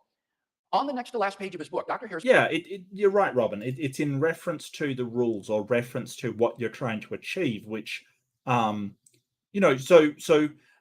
I would say that it's not necessarily in reference to the rules, because you could say that a tactical foul is a good move, right? You could say that's a good move, that he tactically fouled somebody, kind of thing, right? That he caused a foul in order to win the game. I think it's in virtue of what you're trying to achieve, and that's really what I'm getting at. But it's a good point, yes. But rules would be like the laws that we have, but something may be against the rules, but still a good move, you know. I think chess falls down a bit there because you can't, you know, do stuff against the rules. But I think in sports like, you know, soccer, they do tactical fouls, kind of thing. Makes the telling admission that if people like rapists, liars, and thieves could be just as happy as good people, then his moral landscape would no longer be a moral landscape. Rather, it would just be a continuum of well-being whose peaks are occupied by good and bad people or evil people alike. Now, what's interesting about this is that earlier in the book, Dr. Harris explained that about 3 million Americans are psychopathic. That is to say, they don't care about the mental states of others. They enjoy inflicting pain on other people. But that implies... No. Psychopaths don't enjoy that would be a sadist. Okay, so William Lane Craig, obviously, he's misrepresenting. Look, psychopaths get a really bad rap. Okay, they get a really bad rap, and they don't necessarily deserve it. Some do. Don't get me wrong. Some do, and they're kind of fascinating. They don't have any empathy. They don't have an understanding of how people feel bad, like that resonance you have when you see, as you know, somebody stub their toe and you go, oof, even though it's not you that's hurt. They just go, I don't see why that's a problem. Well, I mean, narcissists are a bit of a different thing, Daryl. That's a bit different. But psychopaths in general, they don't enjoy inflicting things upon people. They're just usually very, very selfish, and they don't really get how other people feel bad, why it should affect them, kind of thing, because they don't have that empathy. But I think they get a bad rap because psychopaths can be completely law-abiding, completely moral, and the whole point is that they're interested in just having a good life. They want to, you know, get the fruits of a good life, so they act in accordance with the best way to get that. Yeah, you're right. Original Win, absolutely right. That, you know, he's talking about sadists. They actually enjoy giving people pain. Psychopaths generally don't. That they don't. They can be incredibly manipulative, but they don't enjoy giving people pain. It's more they enjoy getting what they want, without, you know, any consequences to anybody else. That there's a possible world which we can conceive in which the continuum of human well-being is not a moral landscape. The peaks of well-being could be occupied by evil people. But that entails that in the actual world, the continuum of well-being and the moral landscape are not identical either. For identity is a necessary relation. There is no possible world in which some entity A is not identical to A. So if there's any possible world in which A is not identical to B, then it follows that A is not in fact identical to B. Now, since it's possible that human well-being and moral goodness are not identical, it follows necessarily that human well-being and goodness are not the same, as Dr. Harris has asserted in his book. Now, it's not often in philosophy that you get a knockdown argument against a position, but I think we've got one here by granting that it's possible that the continuum of well-being is not identical to the moral landscape. Dr. Harris's view becomes logically incoherent. And all of this goes to underline my fundamental point that on atheism, there's just no reason to identify the well-being of conscious creatures with moral goodness. Atheism. No, there is a reason. There is a reason. It's because we want that for ourselves. Like we want the well-being of the sentient creature. That sentient creature at least being us, and, you know, more the society that works around us, and, you know, the people that we care. You know, there is a reason for that. It's just you're looking for an objective reason, and I don't think one exists. Explain the reality, the objective reality of moral values. What about objective moral duties? I first argued from the is-ought distinction that there is no basis on atheism for thinking... There is no is-ought with a god either.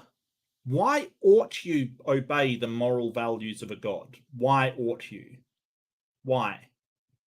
Because he threatens you with hellfire and damnation? Is that why? Is that a good reason? Well, what reason do you have, really? When you really think about it, what reason do you have? It's because you want heaven and you don't want to go to hell. Well, that's still, like, the is-ought problem isn't solved by a god. Just because God determines something is right and wrong doesn't mean you ought to do it. That's the problem. Yeah, I know, Original Win. I don't follow that. Like I said, I'd probably you know, disagree with both of them at some point. So But that's okay. Like I get why Sam Harris is saying it. I don't agree with him. I just don't. We have any moral duties.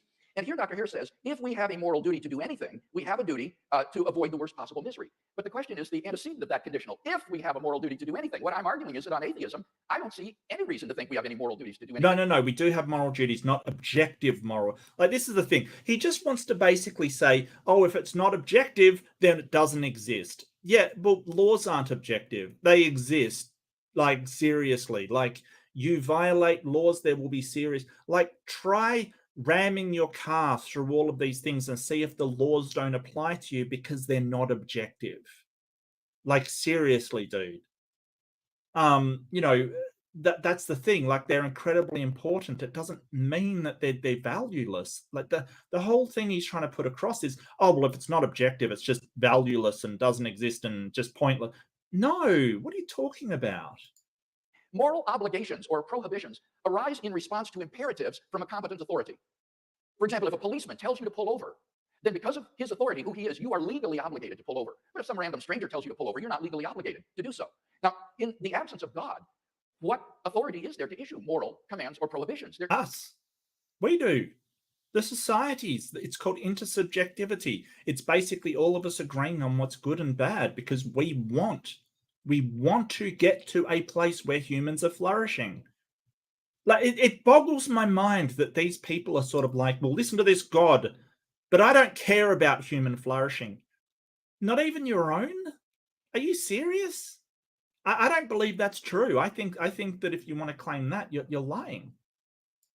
Is none on atheism, and therefore there are no moral imperatives Oh, hey, for us to K.A. obey. In the absence of God, there just isn't any sort of moral obligation or prohibition that characterizes our lives. In particular, we're not morally obligated to promote the flourishing of conscious creatures. So this is-ought distinction seems to me to be one that's fatal to Dr. Harris's position and has been widely recognized as such by reviewers of the moral landscape. But secondly, the problem that's even worse is the ought implies can problem.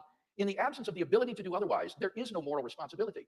In the absence of freedom of the will, we are just puppets or electrochemical machines. And puppets do not have moral responsibilities. Machines are not moral obligations. But on Dr. Harris's view, there is no freedom of the will, either in a libertarian or a compatibilistic sense, and therefore there is no moral responsibility. I don't think you can fail. Like, you can still make moral distinctions, like on actions that people have taken and possible actions they could take, regardless of whether it is a sort of automated process or not.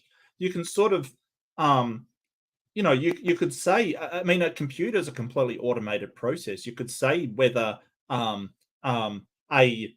computer is working correctly or working incorrectly depending on how it functions, and that's completely deterministic. We know that's deterministic. So I don't think you're right. I think that we can make sort of say, hey, well, a computer is completely deterministic. It's completely run by non-sentient, just automated processes. But we can say that if something screws up, that computer has gone wrong. Like, it is not doing what it's supposed to be doing. I think you can do that. So there isn't even the possibility of moral duty on his view. So no, that's like saying, hey, my computer's got a moral duty to run correctly. You know, if it doesn't run correctly, then it's failed as moral. You can still do that. It's still not making any choices. It's still deterministic, but you can still say that it has a moral duty to run this show, to continue this going, to not blow up. You know, like you can still sort of say that's an analogy, sure, but that is deterministic, and there is a certain outcome I expect from it. Like, we can say that. I don't think he's right about that.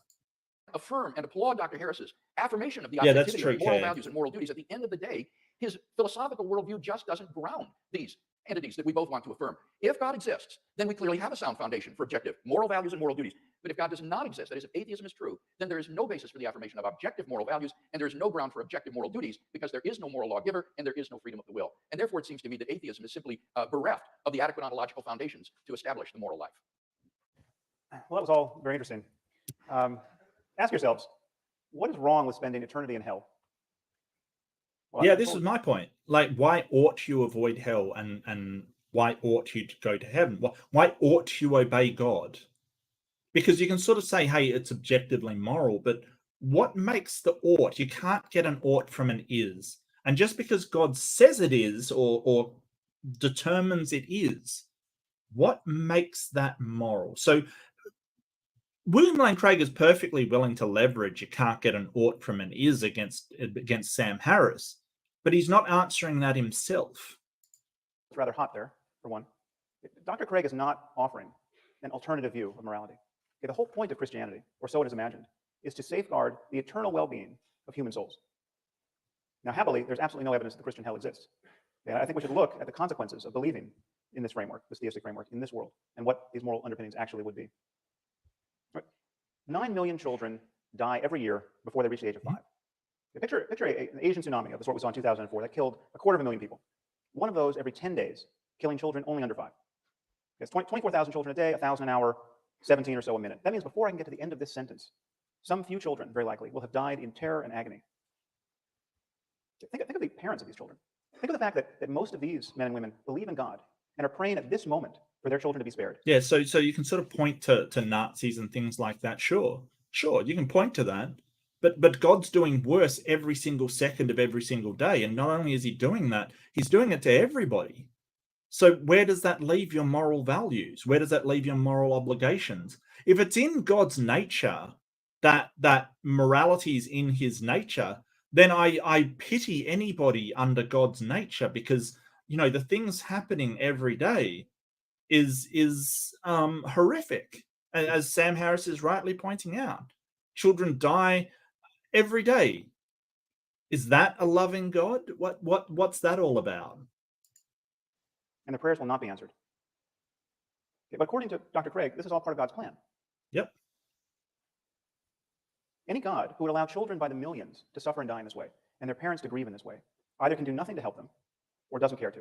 He is therefore either impotent or evil. Okay, so there's the problem of evil, which a ton of theists have said, hey, we've solved that. They haven't. They haven't. They absolutely haven't. And worse than that, on Dr. Craig's view, most of these people, many of these people certainly, will be going to hell because they're praying to the wrong God. Just think about that. Okay, through no fault of their own, they were born into the wrong culture where they got the wrong theology and they missed the revelation. Okay, there are 1.2 billion people in India at this moment. Most of them are Hindus, most of them therefore polytheists. Okay, in Dr. Craig's universe, no matter how good these people are, they are doomed. If you are praying to the monkey god Hanuman, you are doomed. Okay? You'll be tortured in hell for eternity. Now, is there the slightest evidence for this? No. It just says so in Mark 9 and Matthew 13 and Revelation 14. Yeah. Okay, perhaps you'll remember from the Lord of the Rings, it says when the elves die, they go to Valinor, but they can be reborn in Middle-earth. I say that just as a point of comparison. Okay, so God created the cultural isolation. You got to love the Middle-earth reference, the Lord of the Rings reference, absolutely. And it has just as much weight to it as the Bible or the Quran or any of these other books.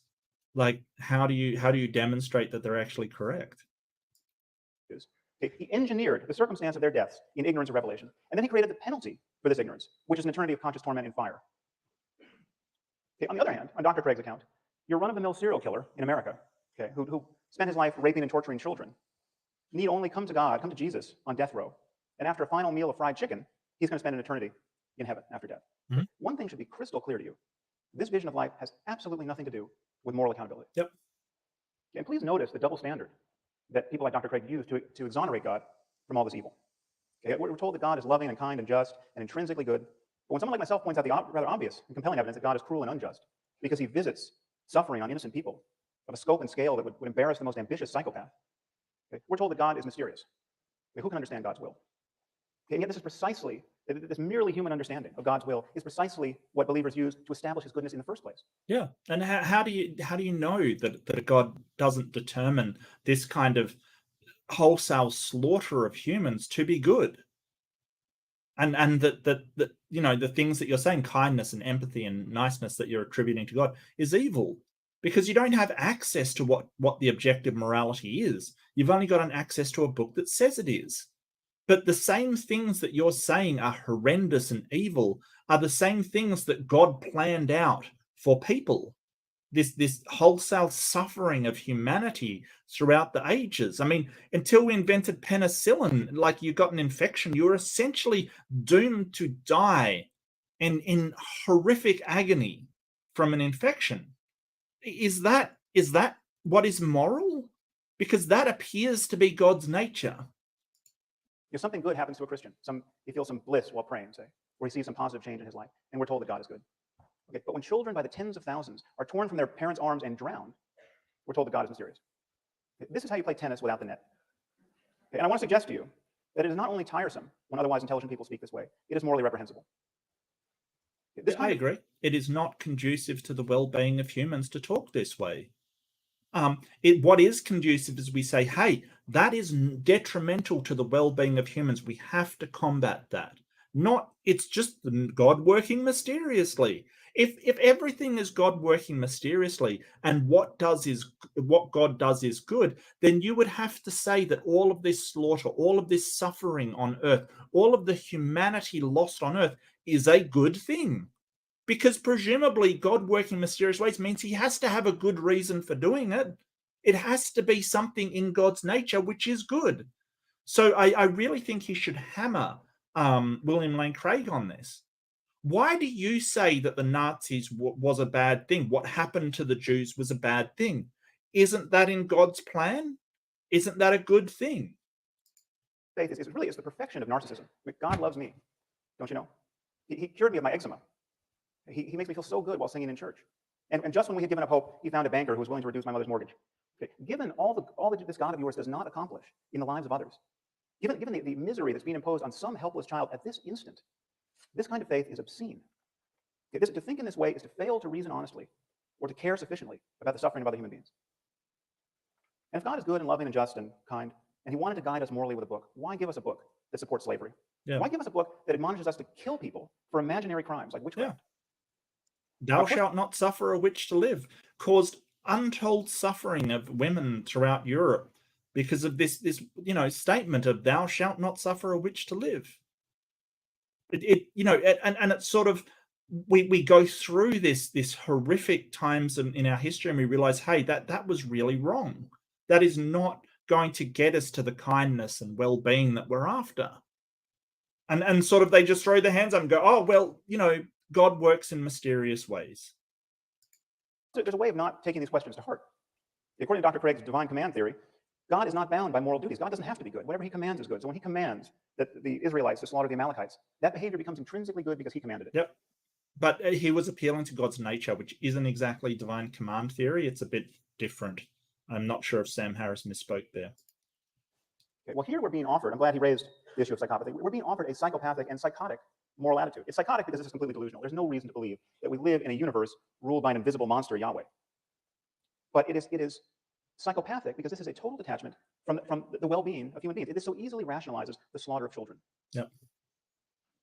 Yeah, just think about the Muslims at this moment who are blowing themselves up, convinced that they are agents of God's will. There's absolutely nothing that Dr. Craig can say against their behavior in moral terms, apart from his own faith-based claim that they're praying to the wrong God. Yeah.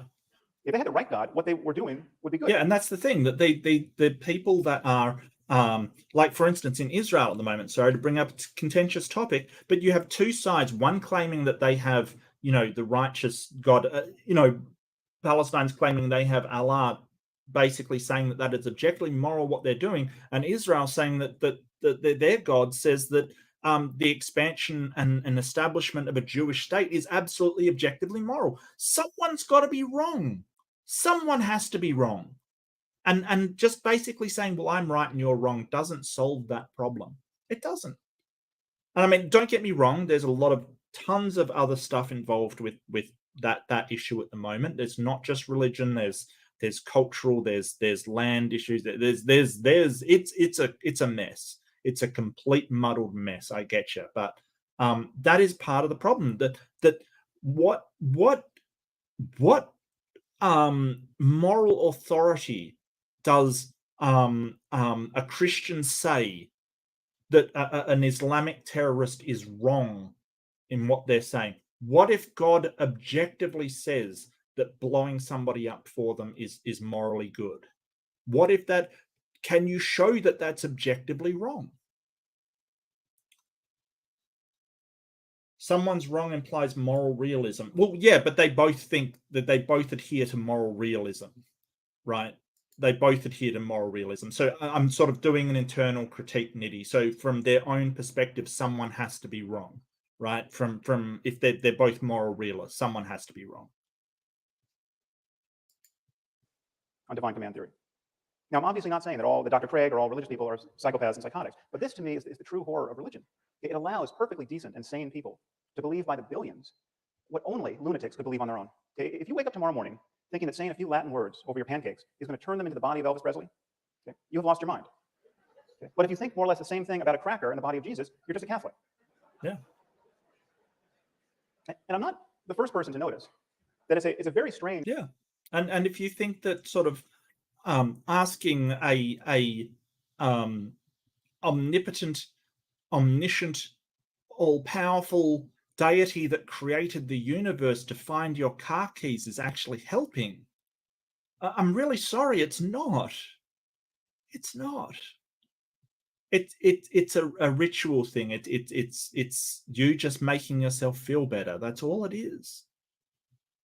There's no guy helping you find your car keys or allowing you to get a better job or coming down and saving you when you're having troubles and stuff.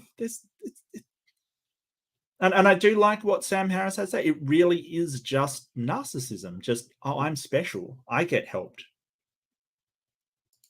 Sort of loving God who would make salvation depend on believing in him on bad evidence. I mean, if you lived 2,000 years ago, there was evidence galore, and he was just performing miracles. But apparently, he got tired of being so helpful. Okay? And so now we all inherit this very heavy burden of the doctrine's implausibility, and the effort to square it with what we now know about the cosmos and what we know about the all too human origins of Scripture becomes more and more difficult. Okay? And it's not just the generic God that Dr. Craig is recommending; it is God the Father and Jesus the Son. Yet Christianity, on Dr. Craig's account, is the true moral wealth of the world. Well, I hate to break it to you here at Notre Dame, but Christianity is a cult of human sacrifice. Christianity is not a religion that repudiates human sacrifice. It is a religion that celebrates a single human sacrifice as though it were effective. God so loved the world that he gave his only son, John 3:16. The idea is that Jesus suffered the crucifixion so that none need suffer hell, except those billions in India and billions like them throughout history. Okay, this is a stride. This doctrine is a contemptible history of scientific ignorance and religious barbarism. We come from people who used to bury children under the foundations of new buildings as offerings to their imaginary gods. I mean, just think about that. In vast numbers of societies, people would bury children in post holes, people like ourselves thinking that this would prevent an invisible... You're basing your eternal salvation. No, I'm not basing that. I'm just sort of saying, hey, why ought you have salvation? Why? I mean, you can't answer the question. You can't get an ought from an is just because you will get rewarded. At the end of the day, it's a stance-based position. You're saying you ought to do that because you want that salvation. And that's fine. I'm fine with that. I'm not telling you can't. I'm just saying it still sort of doesn't make it objective morality, because there's nothing objective to say that you have to have salvation. It's what you want, right?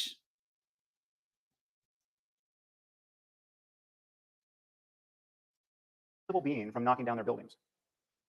These are the sorts of people who wrote the Bible. Yeah. Yeah. If there is a less moral framework than the one Dr. Craig is proposing, I haven't heard of it. The less moral framework. Yeah, less moral framework. The whole idea that somebody should be killed and suffer for things that you didn't do, but instead your ancestor did at the dawn of time, eating an apple that they didn't know the difference between right and wrong. Like, the amount of problems in the doctrine of Christianity is insane. It's literally insane. Is atheism. Atheism has no grounds for objective moral values or duties. Well, no, atheism isn't supposed to. Come on, William Lane Craig knows better. He's been really pushed by Sam Harris here, and he wants to just hit back. Atheism doesn't have any moral judgments at all. It's a position on a question, an ontology. It's a position on, does God exist? It doesn't make moral judgments at all. For that, we need other stuff. We need secular humanism. We need, consequentialism. We need utilitarianism. There's a whole bunch of other stuff that we make these things on, but not atheism.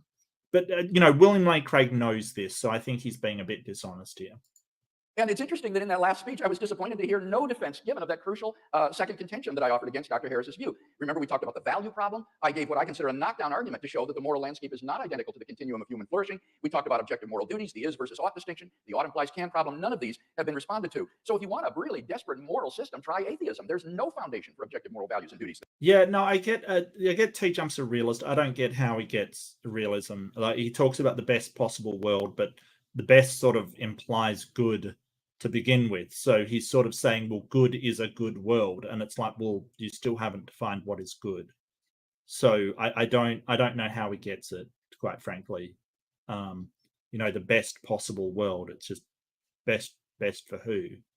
I don't understand that. There. Now, what about theism? Does it do any better? Well, in the last speech, we heard some attacks on my first contention that God provides a sound foundation for morality. Unfortunately, it seems to be that most of these were red herrings. A red herring is a smelly old fish that's dragged across the path of the bloodhounds to distract them from their true query. So I've seen Ken Hovind do this one. I've seen him literally copy this kind of thing. I'm sure I have. Distracted and go off following the dead fish. And I'm not going to be distracted by the red herrings that were offered in that last speech. For example, they're not red herrings. They're basically you saying you have objective moral criteria and pointing out how immoral. Because if God is a God of sacrifice, if he is a vengeful, wrathful God, then you've got to own that as moral. That's the thing. Like, if God endorses the wholesale slaughter of children by natural means, then you've got to own that as good. And you refuse to. You refuse to say that is good. That's the thing. Like, it's just them claiming that God is the greatest good in the universe, doing horrific things throughout history, and then still claiming that he's good, even though those horrific things are bad. It makes no sense to me. It's not a red herring. It's basically pointing out the discontinuity between what William Lane Craig says is good and the evidence we have from God, the outcome God has given, because everything's contingent on God, that it's horrible. To my claim that if God exists, then objective moral values exist. We heard that I haven't truly offered an alternative to his view, because the goal on theism is to avoid hell. Honestly, it just simply shows how poorly Sam Harris understands Christianity. You don't believe in God to avoid going to hell. Belief in God isn't some kind of fire insurance. You believe in God because God, as the supreme good, is the appropriate object of adoration and love. He is goodness itself to be desired for its own sake. And so the fulfillment of human existence is to be found in relation to God. And that's a faith-based position, because nothing he has addressed sort of says that God is doing anything that we would consider good. So either you have to own that all of the terrible things that happened in history is part of God's nature and say, hey, he does some really bad stuff, or you basically say, well, it's mysterious and he is good, and just keep, like, he really is just doing dogmatic assertion at the moment. Because of who God is and his moral worth, that he is worthy of worship. It has nothing to do with avoiding hell or promoting your own well-being. I don't believe that. I don't think that's true. I think there are a lot of theists out there who the only reason they believe is because they want to go to heaven and not go to hell. I don't believe that for a second. I'm really sure that they really fear hell, and that's what keeps them in the religion and the promise of heaven. I have heard it from different theists that they're sort of going, oh, but I want to go to heaven. Don't you want to go to, it's really their mainstay. So maybe in philosophical circles that's, they say, oh, belief in heaven or hell is irrelevant. Then why do the theists hammer them so much? Why do they really propagate these ideas and threaten people with it? But there's no good reason to believe that such a being exists. Look at the problem of evil and the problem of the unevangelized. Both of these, as I explained in my opening speech, are irrelevant in tonight's debate, because I'm not. Why is the problem of evil irrelevant? If you're going to argue that God's nature is good and the outcome of God's nature is so obviously evil, the problem of evil is very relevant. I completely refute this. Maybe it's not relevant to whether God exists, but it certainly is relevant to whether God has or objective morals come from God, because it casts doubt on that objective morals do come from God, that a good comes from God, because the idea that good comes from God and the slaughter of children comes from God, those two things are kind of incompatible unless you're willing to admit that the slaughter of children is good.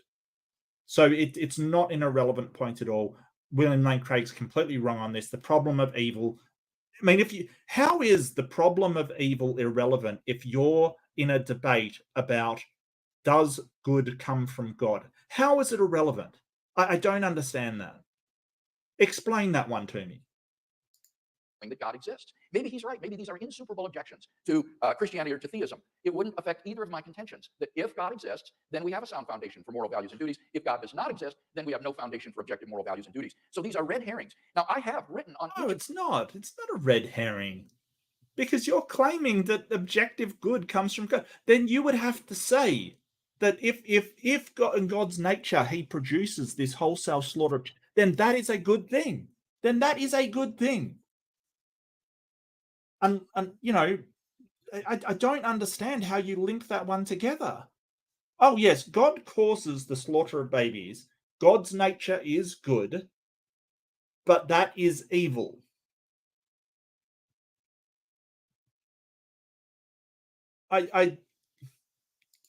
These problems, the problem of evil and the problem of the unevangelized. And you can find much of what I've said at our website, reasonablefaith.org. If you're interested, go ahead and look at that. Or, as Michael Ray suggested, refer to my website, philosophy professors. Michael has written extensively on the problem of evil, and I'm sure he'd love to have a conversation with you about those things.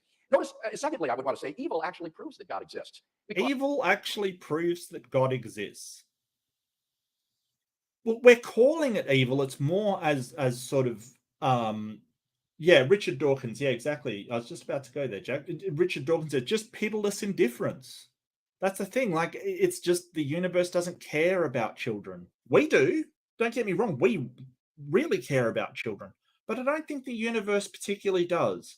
You know, I can point to the example of all the species that have gone extinct. I don't think the universe particularly thought it was good or evil to make them extinct. It just is. I think you're sort of anthropomorphizing natural process as good and evil. No, it's not. It's not that we're saying it's evil. It's saying that it's not moral because the universe doesn't consider it moral. If God does not exist, objective moral values and duties do not exist. If evil exists, then it follows that objective values and duties do exist. Namely, some things are evil. So evil actually proves the existence of God, since in the absence of God, good and evil as such would not exist. So you cannot press both the problem of evil and agree with my contention that if God does not exist, objective moral values and duties do not exist, because evil actually will be an argument for the existence of God. Notice that Dr. Harris has no moral foundation for saying that Christian beliefs are morally execrable, because he has no foundation for making such a judgment. If atheism is true, what objective foundation is there for affirming that? Well, he doesn't need an objective foundation. That's the thing. He can just say it's immoral because it's not getting you to what you're trying to achieve. Like, look, this whole thing of sort of claiming that these old things are moral when they're clearly not, and they're not acceptable by most human civilizations, isn't getting you to the glory of God. Like, have you noticed churches are failing? Have you noticed that, William? Like people are leaving in droves. It's not like you can say, hey, you are not getting yourself to your goal, therefore it's immoral. You can do that. It's fine. You don't need an object. Like, if it's not objective, you can't say that. No, I'm going to say it. I'm going to say it. Is execrable and another is not. There's simply no basis for such judgments. So if he wants to have a debate on theism, I will happily engage in one with him, but that's not the debate for tonight. He also says it's psychopathic. Yeah, I think he's extending sort of it's not a debate on theism, so I'm not going to go. Like, the problem of evil is directly related. He's really, I think the only person red herring is him. He's really just sort of dodging by saying, oh, well, I'm not going to tackle that today. If there's a God, then objective morals exist, kind of thing. Like, come on now. You've got problems here, William Lane Craig. You've got problems with the physical outcomes of your God's nature that you claim is good, yet you will not be pinned down to say whether the suffering of humans is good or evil. You're basically just saying, well, we're not here to discuss that. It's about what is good and what is evil. How is that not the discussion? These things. Now, that remark is just as stupid as it is insulting. It is absurd to think that people like Professor Peter Van Inwagen here at the University of Notre Dame is psychopathic, or that a guy like Dr. Tom Flint, who is as gracious a Christian gentleman as I could have ever met, is psychopathic. This is simply below the belt. That could be true. David Woods is a sociopath. Like I said, psychopaths get a really bad rap. They're not all that bad, and they can be perfectly almost normal people. They just don't have a sense of empathy. You can be a good Christian, as you define it, and be a psychopath. That's more than possible, and has occurred on multiple. Like, I don't know why he wants to get into the discussion of psychopaths and sociopaths with the neurologist opposite him, but that's not a fight I would take up, sir. That is not the place I'd be going, because quite frankly, he's going to destroy you on that. So it seems to me that we've not been given any refutation of the view that if God does exist, then his essence, his character, is determinative for the existence of objective moral values. What about objective moral duties? Okay, DeFreak. Okay, so here's a poser for you. So is the millions of children that die through, sort of preventable diseases, is that a good thing? Is that a good thing? That God's commands must be consistent with his nature. And Dr. Harris continues to press the point, but the Bible supports slavery. Again, I'll refer you to Professor Copan's book, which shows that is a gross misrepresentation of ancient Israel. Oh, yeah, the slavery apologetics. Yeah, no, it did do slavery, as we'd define it these days. I know they didn't have a word for slave. I bet a fish didn't have a word for water either. But, it obviously was slavery. If people lived like that now, we would condemn them as monsters. Like, why is it that you just think that this is fine? This is sort of the apologetics kind of thing. Not, in fact, promote slavery as we understand it in light of the experience in the American South. But again, that's simply not irrelevant because that isn't relevant because I'm not defending the Bible tonight. I'm saying that. No, yeah, I don't know what you're saying. I don't know whether that's to me or somebody else. No, everything had to be witnessed. So no, it's not evil. It's a good thing that all children die. Okay, well, I mean, glad you're a moral monster. You've just said that it's good that children die. Congratulations. This is the immorality that sort of these theistic moralities get you to. You have to believe that God is doing good, no matter the horrible things that are happening in the world. When we could easily. So does that mean that children die through these preventable diseases? Does that mean if we administer vaccines and cures, then we're being immoral? If that is good, then isn't us preventing it evil? How does that work? Riddle me this. Riddle me this. If children dying from preventable diseases is a good thing, then is preventing that disease by giving them cures and treatments evil? And why not? No, it is not a good thing. Okay, so God is doing evil. Got it. No, well, it's either good or evil, DeFreak. It can't be both. You can't say, hey, it's good, but we ate from the tree, so it's evil. God's doing it. It's either going to be good or evil. Is it good that we get punished like this? Or is it evil that we get punished like this? Or is it just amoral that we get punished like this? You can't say, well, the cause was us, so it's an evil thing. Because then God is doing evil. If it is just that this happens, then it is a good thing that children are dying en masse. You can't have it both ways. You can't say, hey, it's good and evil.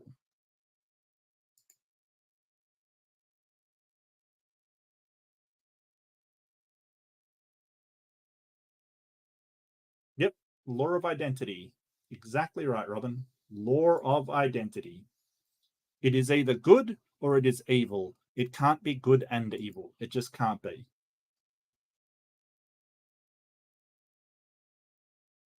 For a theist, whether Jew, Christian, deist, Hindu, moral duties will be grounded in the divine commands which are based in his nature. He says, yeah, so justified. It's a good thing. It's a good thing. So is curing these diseases a bad thing? I don't see how they couldn't be. If it is good that they happen, then it's unjustified that we cure them. If it's justified that they happen, then it's unjustified that we cured them.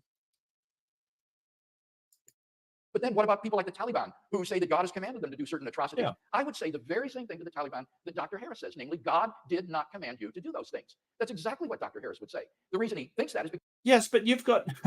but they say God did. That's the problem. They're saying that there is an objective morality, and then God objectively has commanded them to follow his objective morality in doing this. because he doesn't believe that God exists, but I would say that because I think that the Taliban has got the wrong God, that in fact God hasn't commanded them to commit these atrocities, and indeed God will only issue such commands as are consistent with his moral nature and for which he has morally sufficient reasons. So I don't think this first contention is really in much dispute tonight. I think it's obvious that if God exists, then obviously objective moral values exist independently of human opinion. They're grounded in the character of God, and there would be objective moral duties if God exists, because our duties arise in response to the moral imperatives. Yeah, he's kind of really leaning on this. If God exists, then objective morality. But I'm not going to show that God exists. Like, it's not the debate tonight. It really sees. Yeah, no, I agree with it, Jack. It's really over the line of honesty. It's kind of like, yeah, I think that the bare minimum for a debate of does morality come from God is that you kind of at least make an effort to prove that the God exists, not just say, hey, it's just a conditional. If God exists, then there is objective morality. And I'm not sure that's true either. Issues to us. So the real debate is on that second contention. Can atheism provide a good foundation for objective moral values and duties? And I think we've seen powerful reasons to think that it cannot. Well, he blows his own horn. Powerful reasons. Powerful reasons. No, not. I don't think they're that powerful. I don't. Perhaps you've noticed Dr. Craig has a charming habit of summarizing his opponent's points in a way in which they were not actually given. So I'll leave it to you to sort it out on YouTube. Yeah. No, he's not wrong. He's not wrong. He's really not wrong. Needless to say, I didn't call those esteemed colleagues of his psychopaths, as I made clear. In any case, Dr. Craig has merely defined God. No, he didn't. Like, this is the thing. Like, William Lane Craig said psychopaths. No, he said, like, a person that believes that they were eating a hot dog and it becomes, some kind of alien thing is delusional, but somebody eats a cracker and thinks it becomes Jesus, and that's perfectly sane. He was making a comparison. He didn't actually say that. William Lane Craig, why do you do this to me? Being intrinsically good. If you want to charge someone with merely semantic games, the shoe's on the other foot as well. There is no reason that I can see why that couldn't. Morality arguments are unproductive for both sides. They're actually relevant to Freak. Like, seriously, morality, what we ought to do is always relevant. No, bad to Freak. Why do you think that sort of how we ought to live, how we should construct our societies, how we actually get to a flourishing society is irrelevant? There's the problem. Like, seriously, it's just sort of, oh, well, someone in a robe will tell me what to do. I don't have to think about it. I don't have to make any decisions about what's right and what's wrong or how I can improve my life. Just some dude who read a book is just going to tell me what to do. Easy. Come on, dude. Seriously? Are you so sort of lacking in the ability to question your own thoughts and behaviors that you'll just listen to people and say, oh, well, morality is irrelevant. It's just given to me wholesale by some magic man that just decides that it's true. Come on, dude. You're better than that. Seriously. Be an evil God, or several. Okay, but his God is intrinsically good. Goodness is grounded in his very nature. That is a definitional move that he's made. Now, I have presented a positive case for grounding an objective morality in the context of science. Sure. And I think it fell short, though. I don't think he got there. Truth in the context of science should only pose a problem for you if you imagine that a science of morality has to be absolutely self-justifying in a way that no science ever could be. Yeah, no, he's right. Science, it doesn't even aim to be and make any kind of moral distinction. It doesn't. But what it can do is sure as hell tell us about the state of reality, so we can make those moral distinctions. Without knowing what is, you can't make a sort of any kind of meaningful decision about what ought to be. Every branch of science must rely on certain axiomatic assumptions, okay, certain core values. And a science of morality would be on the same footing as a science of medicine or physics or chemistry. You need only assume that the worst possible misery for everyone is bad and worth avoiding, and indeed the worst case scenario for conscious life. And if science is unscientific, if having a value assumption at the core renders science unscientific, what is scientific? Now, Dr. Craig is confused about what it means to speak with scientific objectivity about the human condition. He says things like, from the point of view of science, we're just constellations of atoms and we're no more valuable than Yeah, rats that's not true. Yeah. or insects. Okay, so the only scientifically objective thing that could be said about us is that we're constellations of atoms. Okay, there are two very different senses in which we use these terms subjective and objective. Okay, the first is epistemological. It relates to how we know. And when we say we're reasoning or thinking objectively in this sense, we're talking about the style in which we're thinking. We're talking about the fact that we're seeing through our biases, which is to say, trying to jettison bias. We are reasoning in a way that's available to the data. Our minds are open to counter arguments.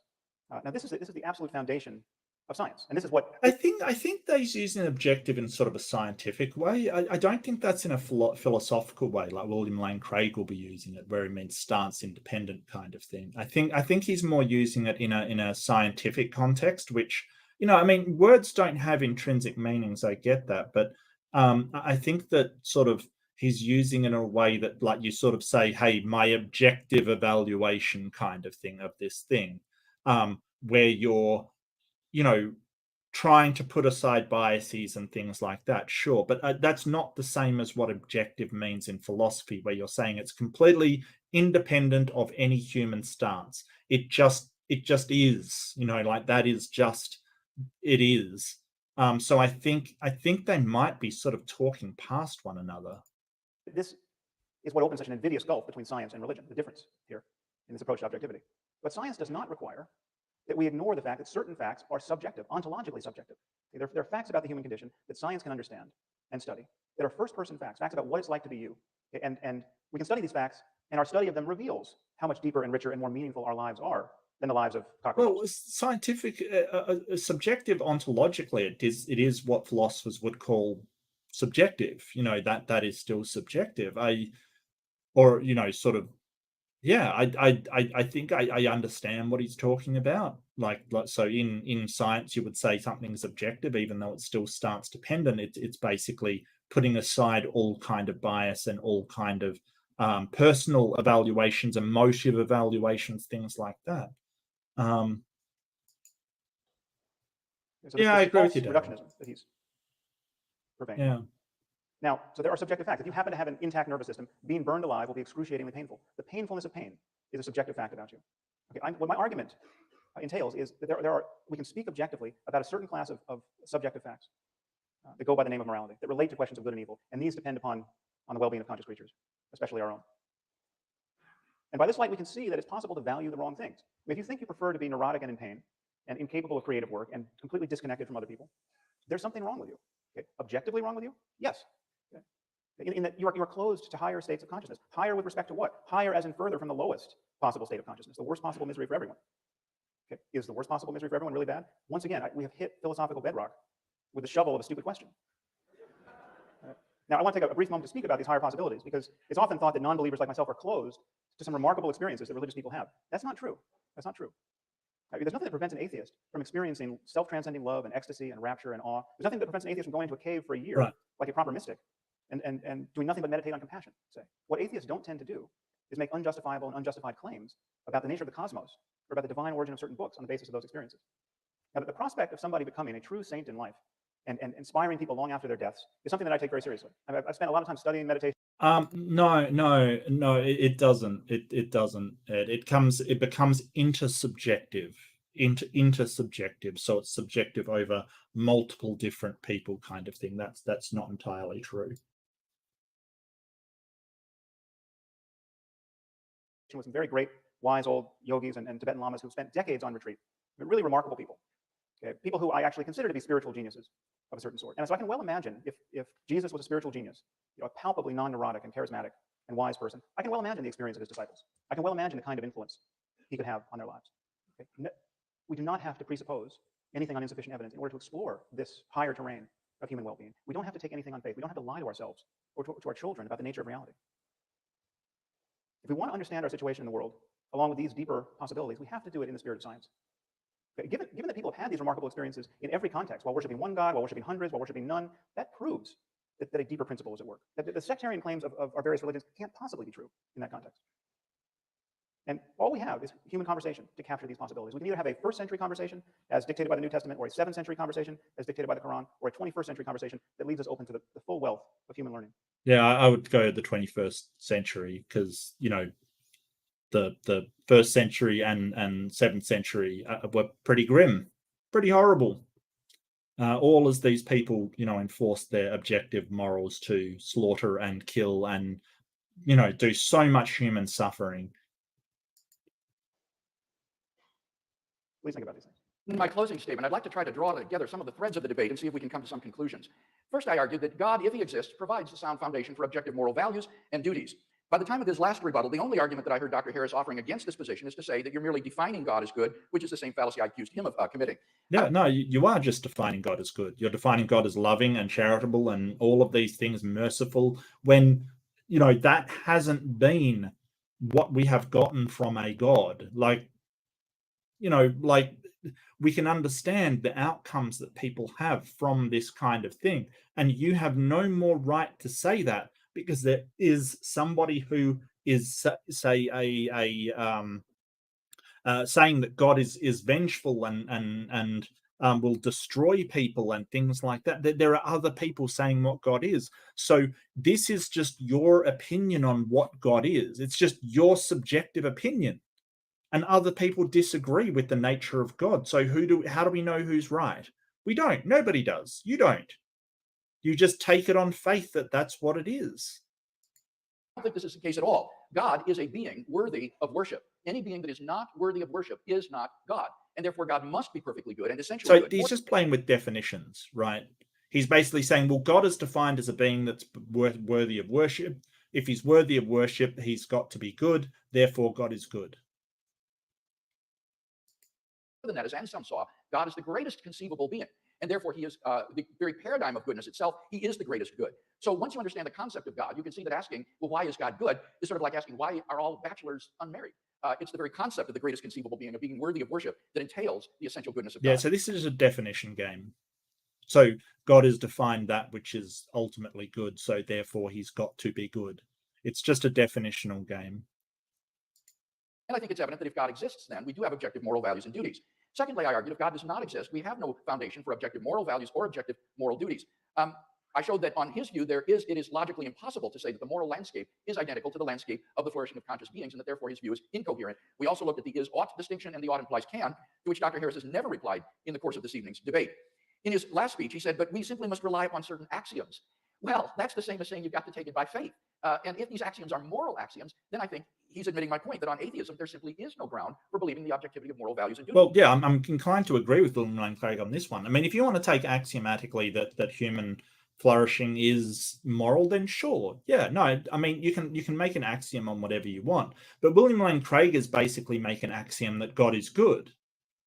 That it's an objective thing that comes from God because he's defined it as such, which is an axiom. Like he's just defined God as the greatest possible being. He hasn't shown this. He hasn't demonstrated. He's just taking it axiomatically. So they're both doing the same thing. Like, I don't see why he's trying to leverage this against Sam Harris. You're doing exactly the same thing, and you're prefacing it with an if God exists, if God is this, if God is that. Well, even if a God exists, you haven't shown that it is a good God. It could be an evil God. That all they care about is evil and objectively evil. Would morals still come from a God? Not from that God. What if it's a multitude of gods? What if these gods have different interests? He still hasn't, like, he's just axiomatically taking the Christian worldview to be the correct one, and everything flows from that. He's on weaker ground than Sam Harris is. He just takes them by a leap of faith. He says, well, there are different senses of the word objective. Yes, of course. And in my opening speech, I made clear the sense in which I was defining the term. I mean valid and binding, independent of human opinion. Yeah, he did do that, yes. Yeah. I will concede that. He did make it clear he was talking about the philosophical definition of objective and not sort of more the scientific one that Sam Harris went to. And moral values are not objectively binding and valid in that way on atheism. He says science can study subjective facts. For example, pain is a subjective fact. Granted, that's certainly true. So my question is the wrongness of an action a subjective fact? On atheism, it's hard to see how it couldn't be anything more than a subjective fact, in which case you cannot say, as Dr. Harris wants to say, and I agree with him, that the genital mutilation of little girls is objectively wrong, not just a subjective opinion. He says, it's really weird that he keeps going to the genital mutilation of little girls when it says in the Bible that the genital mutilation of little boys is not just sort of accepted but required under sort of pain of death kind of thing. Like, it's very strange. Like, it's really weird to sort of make this claim again and again and again that genital mutilation of girls is bad when you wholeheartedly endorse the genital mutilation of boys. I don't understand. But if you're psychopathic or neurotic, there's something wrong with you. Granted, I agree with that. There's something wrong with you. But the question is, on atheism, if atheism were true, would there be anything objectively morally wrong with doing what the psychopath does? He hasn't been able to show that. Indeed, there are no moral duties on his view. And remember, he himself admitted that psychopaths could occupy the peaks of well-being on his so-called moral landscape, and that therefore it is not a moral landscape at all. To conclude, I want to quote from a remarkable article that appeared in the Duke Law Journal by Arthur Allen Leff called Unspeakable Ethics, a Natural Law. Dr. Leff's difficulty is the same as Dr. Harris's. He wants to find a foundation for moral values and duties, in this case for the law, that would be independent of human opinion, would be objective and would be in the world, and he can't find one. He says any attempt to ground values in the world is open to the playground bullies retort, who says? And this is how his article concludes. All I can say is this: it looks as if we are all we have. Only if ethics were something unspeakable by us, that is something transcendent, could law be unnatural and therefore unchallengeable. As things now stand, everything is up for grabs. Nevertheless, napalming babies is bad. Starving the poor is wicked. Buying and selling each other is depraved. There is in the world such a thing as evil. All together now, says who? God help us. I'm curious, how many of you consider yourselves to be devout Muslims? See a show of hands? Don't mean to single anyone out, but not many. Right. Now, you're all aware, of course, that the Quran exists and claims to be the perfect word that created the universe. You're aware that once having heard this possibility and rejecting it, you're all going to hell for eternity. I mean, needless to say, Dr. Craig and I are both going to hell if this vision of life is true. The problem is that everything Dr. Craig has said tonight, with a few modifications, could be said in defense of Islam. In fact, has been said in defense of Islam. Yeah, he's absolutely right, and in defense of other religions as well. Let's not just say it's Islam. There's and the people disagree on what the actual moral imperative is for Christians. Like, they all fight among themselves, all saying that they're accessing the objective morality that differs so much between all of them. See, the logic is exactly the same. We have a book that claims to be the word of the creator of the universe. It tells us about the nature of moral reality and how to live within it. But what if Muslims are right? What if Islam is true? How should we view God in moral terms? How would we view God in moral terms? Or I should say Allah. We've been born in the wrong place to the wrong parents, given the wrong culture, given the wrong theology. Okay, needless to say, Dr. Craig is doomed. He's been thoroughly confused by Christianity. I mean, just appreciate what a bad position he's now in to appreciate the true word of God. I've been thoroughly misled by science. Okay, where is Allah's compassion? Okay. And yet, he's omnipotent. He could change this in an instant. He could give us a sign that would convince everyone in this room. And yet he's not going to do it. And hell awaits. And hell awaits our children, because we can't help but mislead our children. Okay, now just hold this vision in mind. And at first appreciate how little sleep you have lost over this possibility. Okay? Just feel in yourself at this moment how carefree you are. Yeah, and atheists lose very little sleep over worrying about hell. There are some people that are deconverted and deconstructed who still sort of worry about it, but as being a lifelong atheist, someone that was born atheist, I like it's weird because people are like, aren't you scared of, like, theists, aren't you scared of hell? Aren't you worried? No, not in the slightest. Like, I worry about hell the same as you worry about reincarnation in Buddhism, kind of thing, if you're a Christian, or being sentenced to Sheol under the Jewish. I worry about it not at all. And I feel very lucky because I wasn't given that awful thing that, oh, I'm bad and I deserve to go to some horrible place, but thanks to this big guy, I'm going to be like, what? How is that moral? And will continue to be in the face of this possibility. What are the chances that we're all going to go to hell for eternity because we haven't recognized the Quran to be the perfect word of the creator of the universe? Please know that this is exactly how Christianity appears to someone who's not been indoctrinated. Yep. Yeah, that's how all of it looks like. It looks silly. It looks really silly. That's why sort of Seth Andrews did a book that was sort of like, being a Christian made me say silly things or stupid things, made me talk like an idiot. Because you say these things like, oh, but what if there's a hell? Aren't you worried about? No. I've had to literally talk to people and sort of say, look, you can't scare me by like appealing to these fairy tales. You can't put this in me. Like, It doesn't work. I don't believe in it.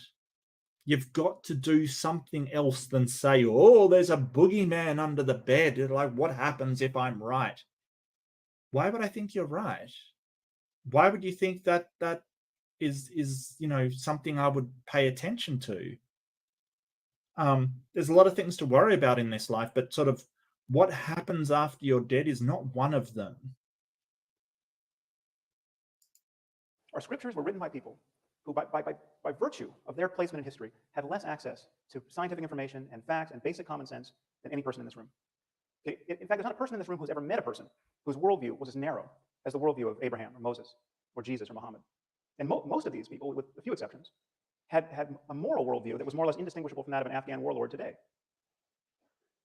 And yet Dr. Craig insists that the authors of the Bible knew everything they had to know about the nature of the cosmos and about how to live within it to guide us at this moment. I want to suggest to you that this vision of life can't possibly be true. But just as there's no such thing as Christian physics or Muslim algebra, there can be no such thing as Christian or Muslim morality. Whatever is true about our circumstance in moral terms and in spiritual terms is discoverable now and can be talked about in language that is not an outright affront to everything that we've learned in the last 2,000 years. Yeah, and also consider this for a second.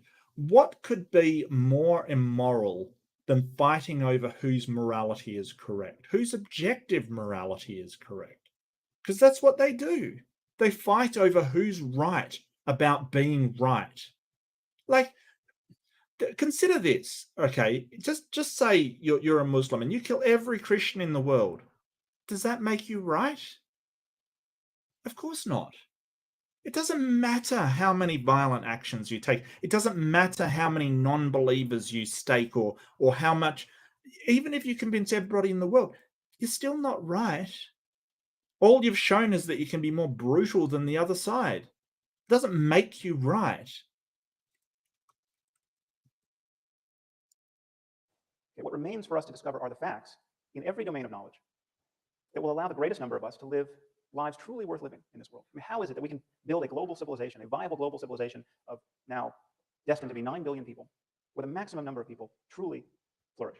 That is the challenge we face. Sectarian moral denominations, a world shattered, balkanized by competing claims about an invisible God is not the way to do it, apart from the fact that... Yeah, I hate to break it to you, Alpha Uno, but some Muslims do think that is the case, that they need to wipe out other religions. And some Christians think they need to wipe out other... I hate to break it to you, mate, but they do exist out there. So I'm not saying that's the purpose of Islam, but I'm saying that fighting over who's right is pointless. You didn't listen to a word I said. You're really just not listening at all. Yeah, some atheists also thought that. Absolutely. An atheist fighting over sort of who's right is not... Yeah, I wouldn't advocate for fighting over who's right at all. The fact that you're taking life to show that you're right about morality, you don't get it, do you? You just don't pick up on it. It's incredible. Wow. But it's in the first place, Wow. it should be compelling to us to adopt that view. Yeah. The only tool No, Alpha, keep killing to show that you're right about your morality. That's beautiful. Beautiful. Yeah, no, that's a good idea right there. Is honest inquiry. And I would suggest to you that if faith is ever right about anything in this domain, it's right by accident. Thank you very much. It's been a pleasure to talk to you. Yeah, look, it's not like Christianity hasn't been right about some stuff or moral about some stuff or useful to the flourishing of humankind. Sure, it has. Yeah, so can we get a look? You're leaving, dude. I don't, you didn't listen to what I said. You just basically, yeah, so you're going. So get out the band hammers, ladies and gentlemen. You're just trolling now. Bye-bye. Bye-bye. You didn't listen.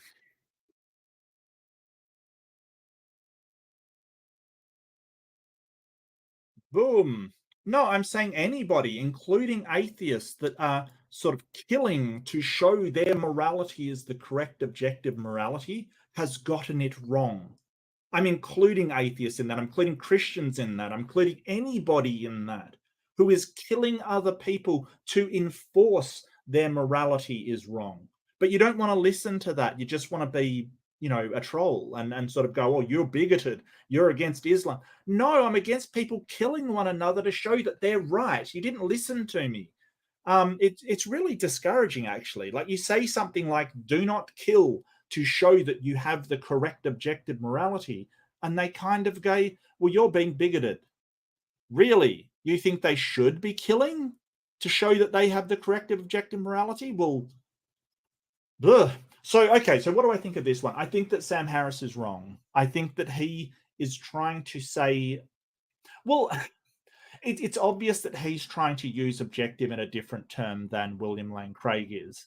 I don't think it's objective. I don't think there's anything objective about morality. I think it is an essential part of a human society's human flourishing. I think it is absolutely imperative that we understand it. I think that we have an enemy and it's not each other. I think that is the environment around us. And I think that anything we can do to work together to overcome that environment is the right thing to do. But I think that's because we value our survival and we value humanity in general. I think William Lane Craig was incredibly dodgy. He didn't address the problem of evil, and I think that's a huge problem. I think that him sort of saying, hey, that's not this debate because I'm not addressing the problem of evil, that's got to do with God exists. No, it's also got to do with how can objective morality come from a God when such evil happens to us? And, William Lane Craig would find himself in the position that DeFreak's in at the moment, which is like, well, it's got to be a good thing that all these people suffer, but it's also a bad thing. Because reasons, for some reason, I don't even get that. And then you're in the position of, hey, if you say that it's a good thing that people suffer, then trying to stop that suffering is necessarily stopping good from occurring. So you're in a big problem there, that you're then advocating that you shouldn't or to stop suffering because it is a good thing. Because you can't oppose a good thing and have that as an ought, because if you ought to stop it, it is by definition a bad thing. Like, it has to be. You can't say, well, it's a good thing, but let's oppose it, but opposing it is also a good thing. There's a problem there. So as a theist, you have to get to the point where you're saying this suffering is good, stopping it is also good, and there's a problem there, right? If you can't see that. And the Calvinist view, absolutely. The Calvinists just say, hey, it's evil. God can be evil. Done. No, I'm totally with you, Ed. I really am, and I'm glad you brought that up. Absolutely. Calvinists essentially say that God does good and God does evil. No more problem of evil.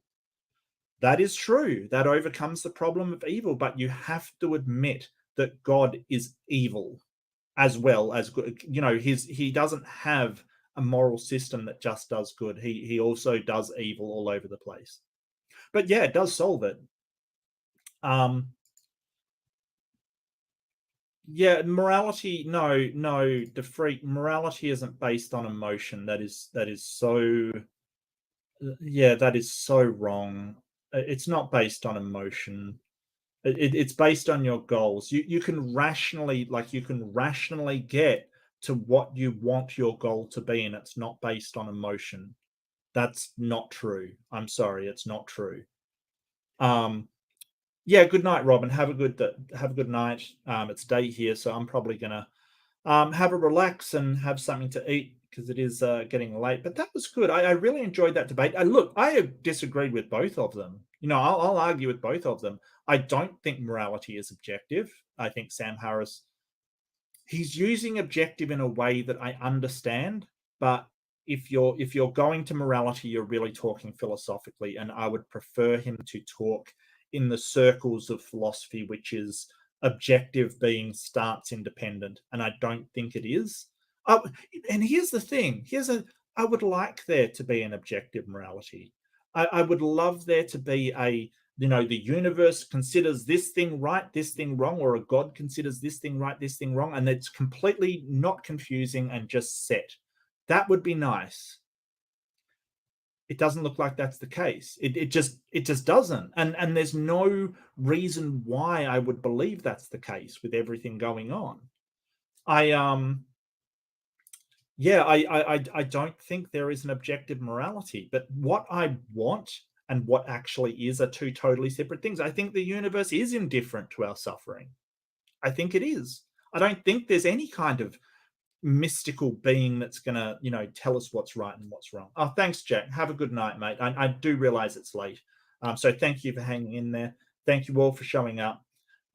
Really appreciate it. But yeah, I think that Sam Harris is wrong, but I don't see why we need to have anything besides subjective or intersubjective agreeing with ourselves what we want. And I always talk about the superiority of secular morality. I mean, the question comes, if religions have this amazing objective morality, why are they always struggling to catch up with the secular landscape, the secular people who have sort of said, hey, this is moral and this is not? Religions are playing catch up constantly. The Catholic Church has constantly had to apologize for their actions, as have other religions like evangelicals and things. They have to play catch up. If they had access to an objective morality, they wouldn't be like lagging behind the rest of society so much. But they do. They constantly are. And they constantly have to be apologizing for their positions in the past because they've been horrendous. It's not, doesn't, show that you've got some kind of objective moral facts behind you. It shows that, your moral your moral decisions and your moral evaluations have not updated with what we know about reality. We discover things about what leads to what we want and what leads not to what we want. And they're struggling to catch up because they don't accept, things like science and reason. They're struggling. And when they do accept it, they're like, oh, well, this thing we did was obviously bad. Yeah. Well, it doesn't show that these churches and these religious institutions have objective moral reality. Oh, no, Tyne. I'm a bigot, apparently, because I think that people that kill to show that they have objective morality are just terrible and inherently wrong. So apparently I'm just a bigot for that because, somebody. Yeah, so I mean, that was a good debate. I kind of disagree with everybody in it, especially William Lane Craig, who I really think he should have addressed the problem of evil. I absolutely push back on the idea that the problem of evil has nothing to do with whether good comes from God. I mean, I severely think he was dodging that, and sort of said, "Oh yeah, I'll do something in future on the problem of evil, or see this book on the problem of evil."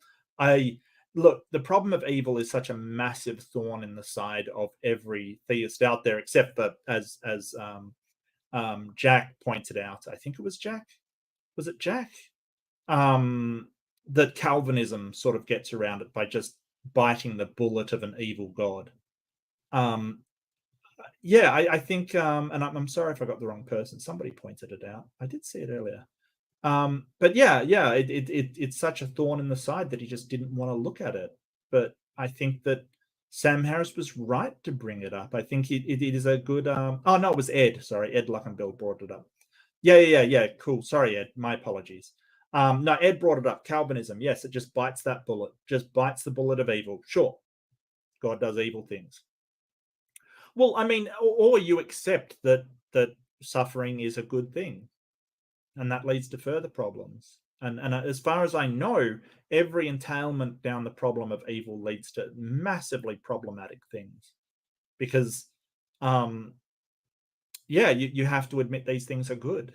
And I don't know how you do that. And I certainly don't know how you do that when, a mother's crying that her daughter died of rubella or something, a preventable disease, that's somehow good. And then you have to argue that, coming up with cures for this thing is good, even though the thing itself is good. It makes no sense to me. I never get an answer to that. So yeah. Well, yeah, and that's the debate. So it was a good one. It was only 3 hours this time instead of the 4 or so it usually is. But I hope I went on enough tangents for everybody. Yeah, I kind of, You don't think there's a good definition of evil? Well, I sort of see evil as counterproductive to your intersubjectively defined goal for a group or society. Because don't forget that morals are group orientated. It's the code of conduct in any society, whether it big or small. So I would say evil is the sort of counterproductive actions to the goal of that social group. But then again, I'm a moral anti-realist, or really more accurately, a meta-ethical relativist. So I only think that we subjectively decide the goal, and then we can, as Robin was pointing out, we can sort of say that things are objective. They're not really. They're intersubjective. We can sort of say actions will get us to that goal or not get us to that goal, or take us away from that goal. So things that would take us away from that goal would be the evil that we're talking about. Whereas things that don't get us to the goal but don't sort of, make us draw back is sort of amoral. Evil is a theistic word. Yeah, but you can sort of transfer it over. It's not that hard. I don't think so. But anyway, I want to thank you all so much. I really appreciate it. I do realize I got a bit contentious there.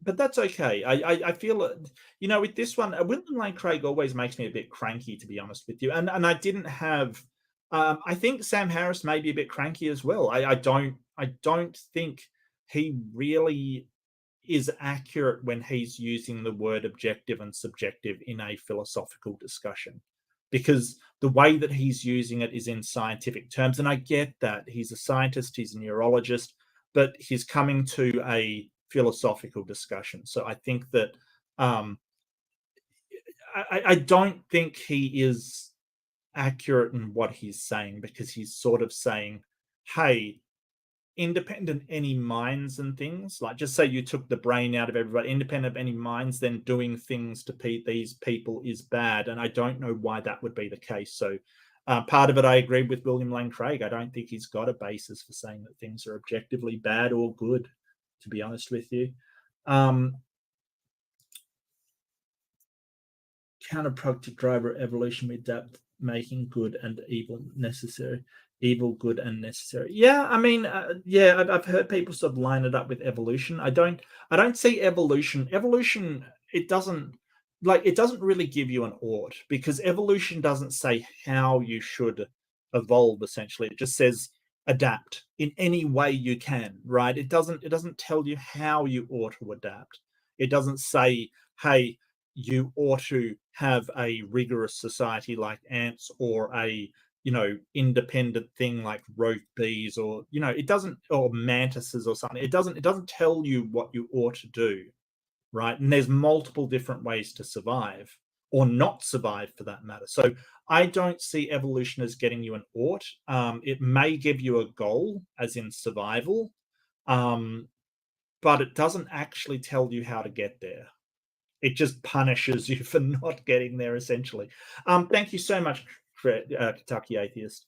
No, Sam Harris is not terrible. He's got some fantastic ideas about human flourishing and things like that, ordered societies, how we organize things. Some fantastic ideas. I use his concepts of human well-being because they are fantastic. Doesn't mean I agree with everything he says, but saying that he's terrible, I don't think so. I think you're wrong, DeFreak, about a great many things.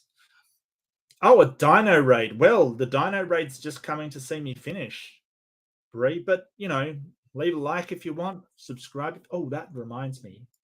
I got this. So I want to give a big thank you to all of my channel members. Channel members are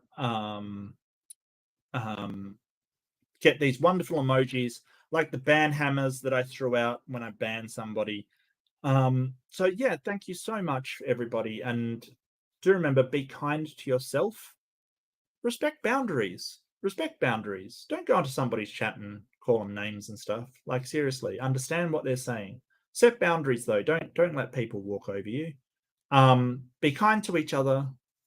And I want to thank you all so much. Oh, Gaia theory. Yeah, I mean, well, yeah, I don't know about Gaia theory. I've got some. Look, I think that there is some amazing stuff. Even Kent Hovind. Well, setting boundaries for Kent Hovind is necessary because he. So a lot of the time we talk about reciprocity, right? Having things fair. Like so if I do this work and I get a certain thing, you do the same work, you get a certain thing. That's reciprocity. It's one of the mechanisms we have for societal development and maintaining society. The problem with Hovind is he has no sense of that. He will demand you do things and then do or not do things and then do them himself, or demand you do things and then completely not do the same. It's that sort of stuff that really gets my goat, that demanding you do something and then ignoring that for himself. Like, he has two sets of rules, one for him and one for everybody else. That is just, yeah, Gaia hypothesis. I mean, it's fascinating. I'm not convinced, but it's definitely a cool subject, and it definitely is interesting. And part of me likes to subscribe to sort of monism as well, sort of the whole idea that everything is really one thing, and it gets very interesting. I mean, I've gone off on another tangent, so I'm gonna throw my tangent emoji out there. It Like, maybe everything is connected, not just the planet, but literally everything. Maybe we've got a problem of basically going deeper and deeper and deeper, trying to find some fundamental particle. Perhaps it is the case that everything is one thing, and that there's just emergent properties of that one thing. Like, we look at say an eddy in water, right? We have a whole, like, just a body of water, and there's an eddy or a current kind of thing. We go, oh, that eddy is one thing, kind of thing. That's one thing, but it's not. It's just an emergent property of the water around it. It's not one thing. All of the body of water is one thing, and it's just an emergent property that has occurred. And perhaps everything is like that. I don't know, but it's interesting to talk about. Hey, mate, debate after show just ended. How's it going? Any thoughts on the? Okay. Thoughts on the well, you killed him on the heat problem. I have a lot of thoughts because McQueen drove me crazy. If you didn't know Doc Dino, who I will link actually. Oh, but you can link yourself. What am I talking about, Doc? You can link yourself. So I'm not going to do a debate dissection of that one because, quite frankly, it drove me crazy. I have talked about in the past how I have the suspicion, can't prove it, have the suspicion that McQueen plays out the time by doing and saying random, irrelevant stuff. Okay, I can't prove it. I have that overwhelming suspicion that that's what the man is doing. And there is the debate between him and a very slow talking, slow moving, slow acting. He called for his whiteboard. He stumbles around. He says he has to look stuff up in books. It was painful, not from your side, from his side. I would have liked you to pin him down more to some of the claims that he like really hammer him home. And I get why you didn't. It's kind of like every time he got pinned, he's like, let's move on. I would have liked it if you said, no, let's not. Let's go back and find out what your reason for this is. Because he would mumble around it and then say, as soon as you sort of said, well, what's this? He would just say, well, let's move on to the next thing. No, explain how that works. I would have liked you to challenge him over George Bond, because as far as I know, George Bond is just a dude in Sydney who thinks he can work out the heat problem. I love that you brought up the heat problem. I think that you should have pressed him on the like, there is not enough mass in the world to alleviate that heat problem. I would have liked that. I think that as soon as that came up, he wanted out of that debate with you, Doc. He wanted it to end. I think that he meandered too much. I would have liked you to pull his head in a lot more when he started meandering stuff. Like how does this relate? Like he'd just bring up some anecdote about talking to somebody. And it's like, well, okay, you talk to a guy. Do they have any studies to back up what you're saying? Okay, you went up to this mountain and saw these things. Are there any studies done on this? Where are the studies showing this? Because it's not enough that Professor McQueen goes up to a mountain and looks at stuff, right? That's not enough. You've got to produce the paper saying that it confirms what you're saying. I love that you pulled him up on saying that it was evolutionary theory. It's not. Like, it's just geological theory. I love that you pointed out that all of his information is old. Yeah, no, he's not going to let it sink in, and he just wanted to move on, kind of thing. I would have liked if you went back again and again and said, no, how does this work? How does it work? Not George Bond's coming up with something. You're claiming this to be true. So how does that work? That whiteboard thing was just tragic. It was frustrating. It was frustrating. But that's not your fault, Doc. You're too nice. I'm too mean. I will absolutely hammer him on it. So you know, and I mean, I have no problem with going back over a topic 5, 6 times if they refuse to answer. I've got no problem with that whatsoever. But yeah, it you know, what can I say?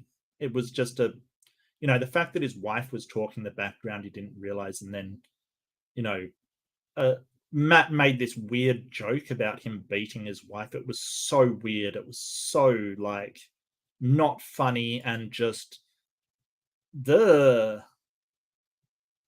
don't know. You did really well. Although I would have liked a bit more aggression out of you. Be aggressive. Be aggressive. That was cringy. You're right, Maya. Absolutely. Absolutely. But you know, if you want to, I can hit you up. We can talk about it some more. Yeah, Gutsick Gibbon absolutely ruffle stomped him. It was fantastic.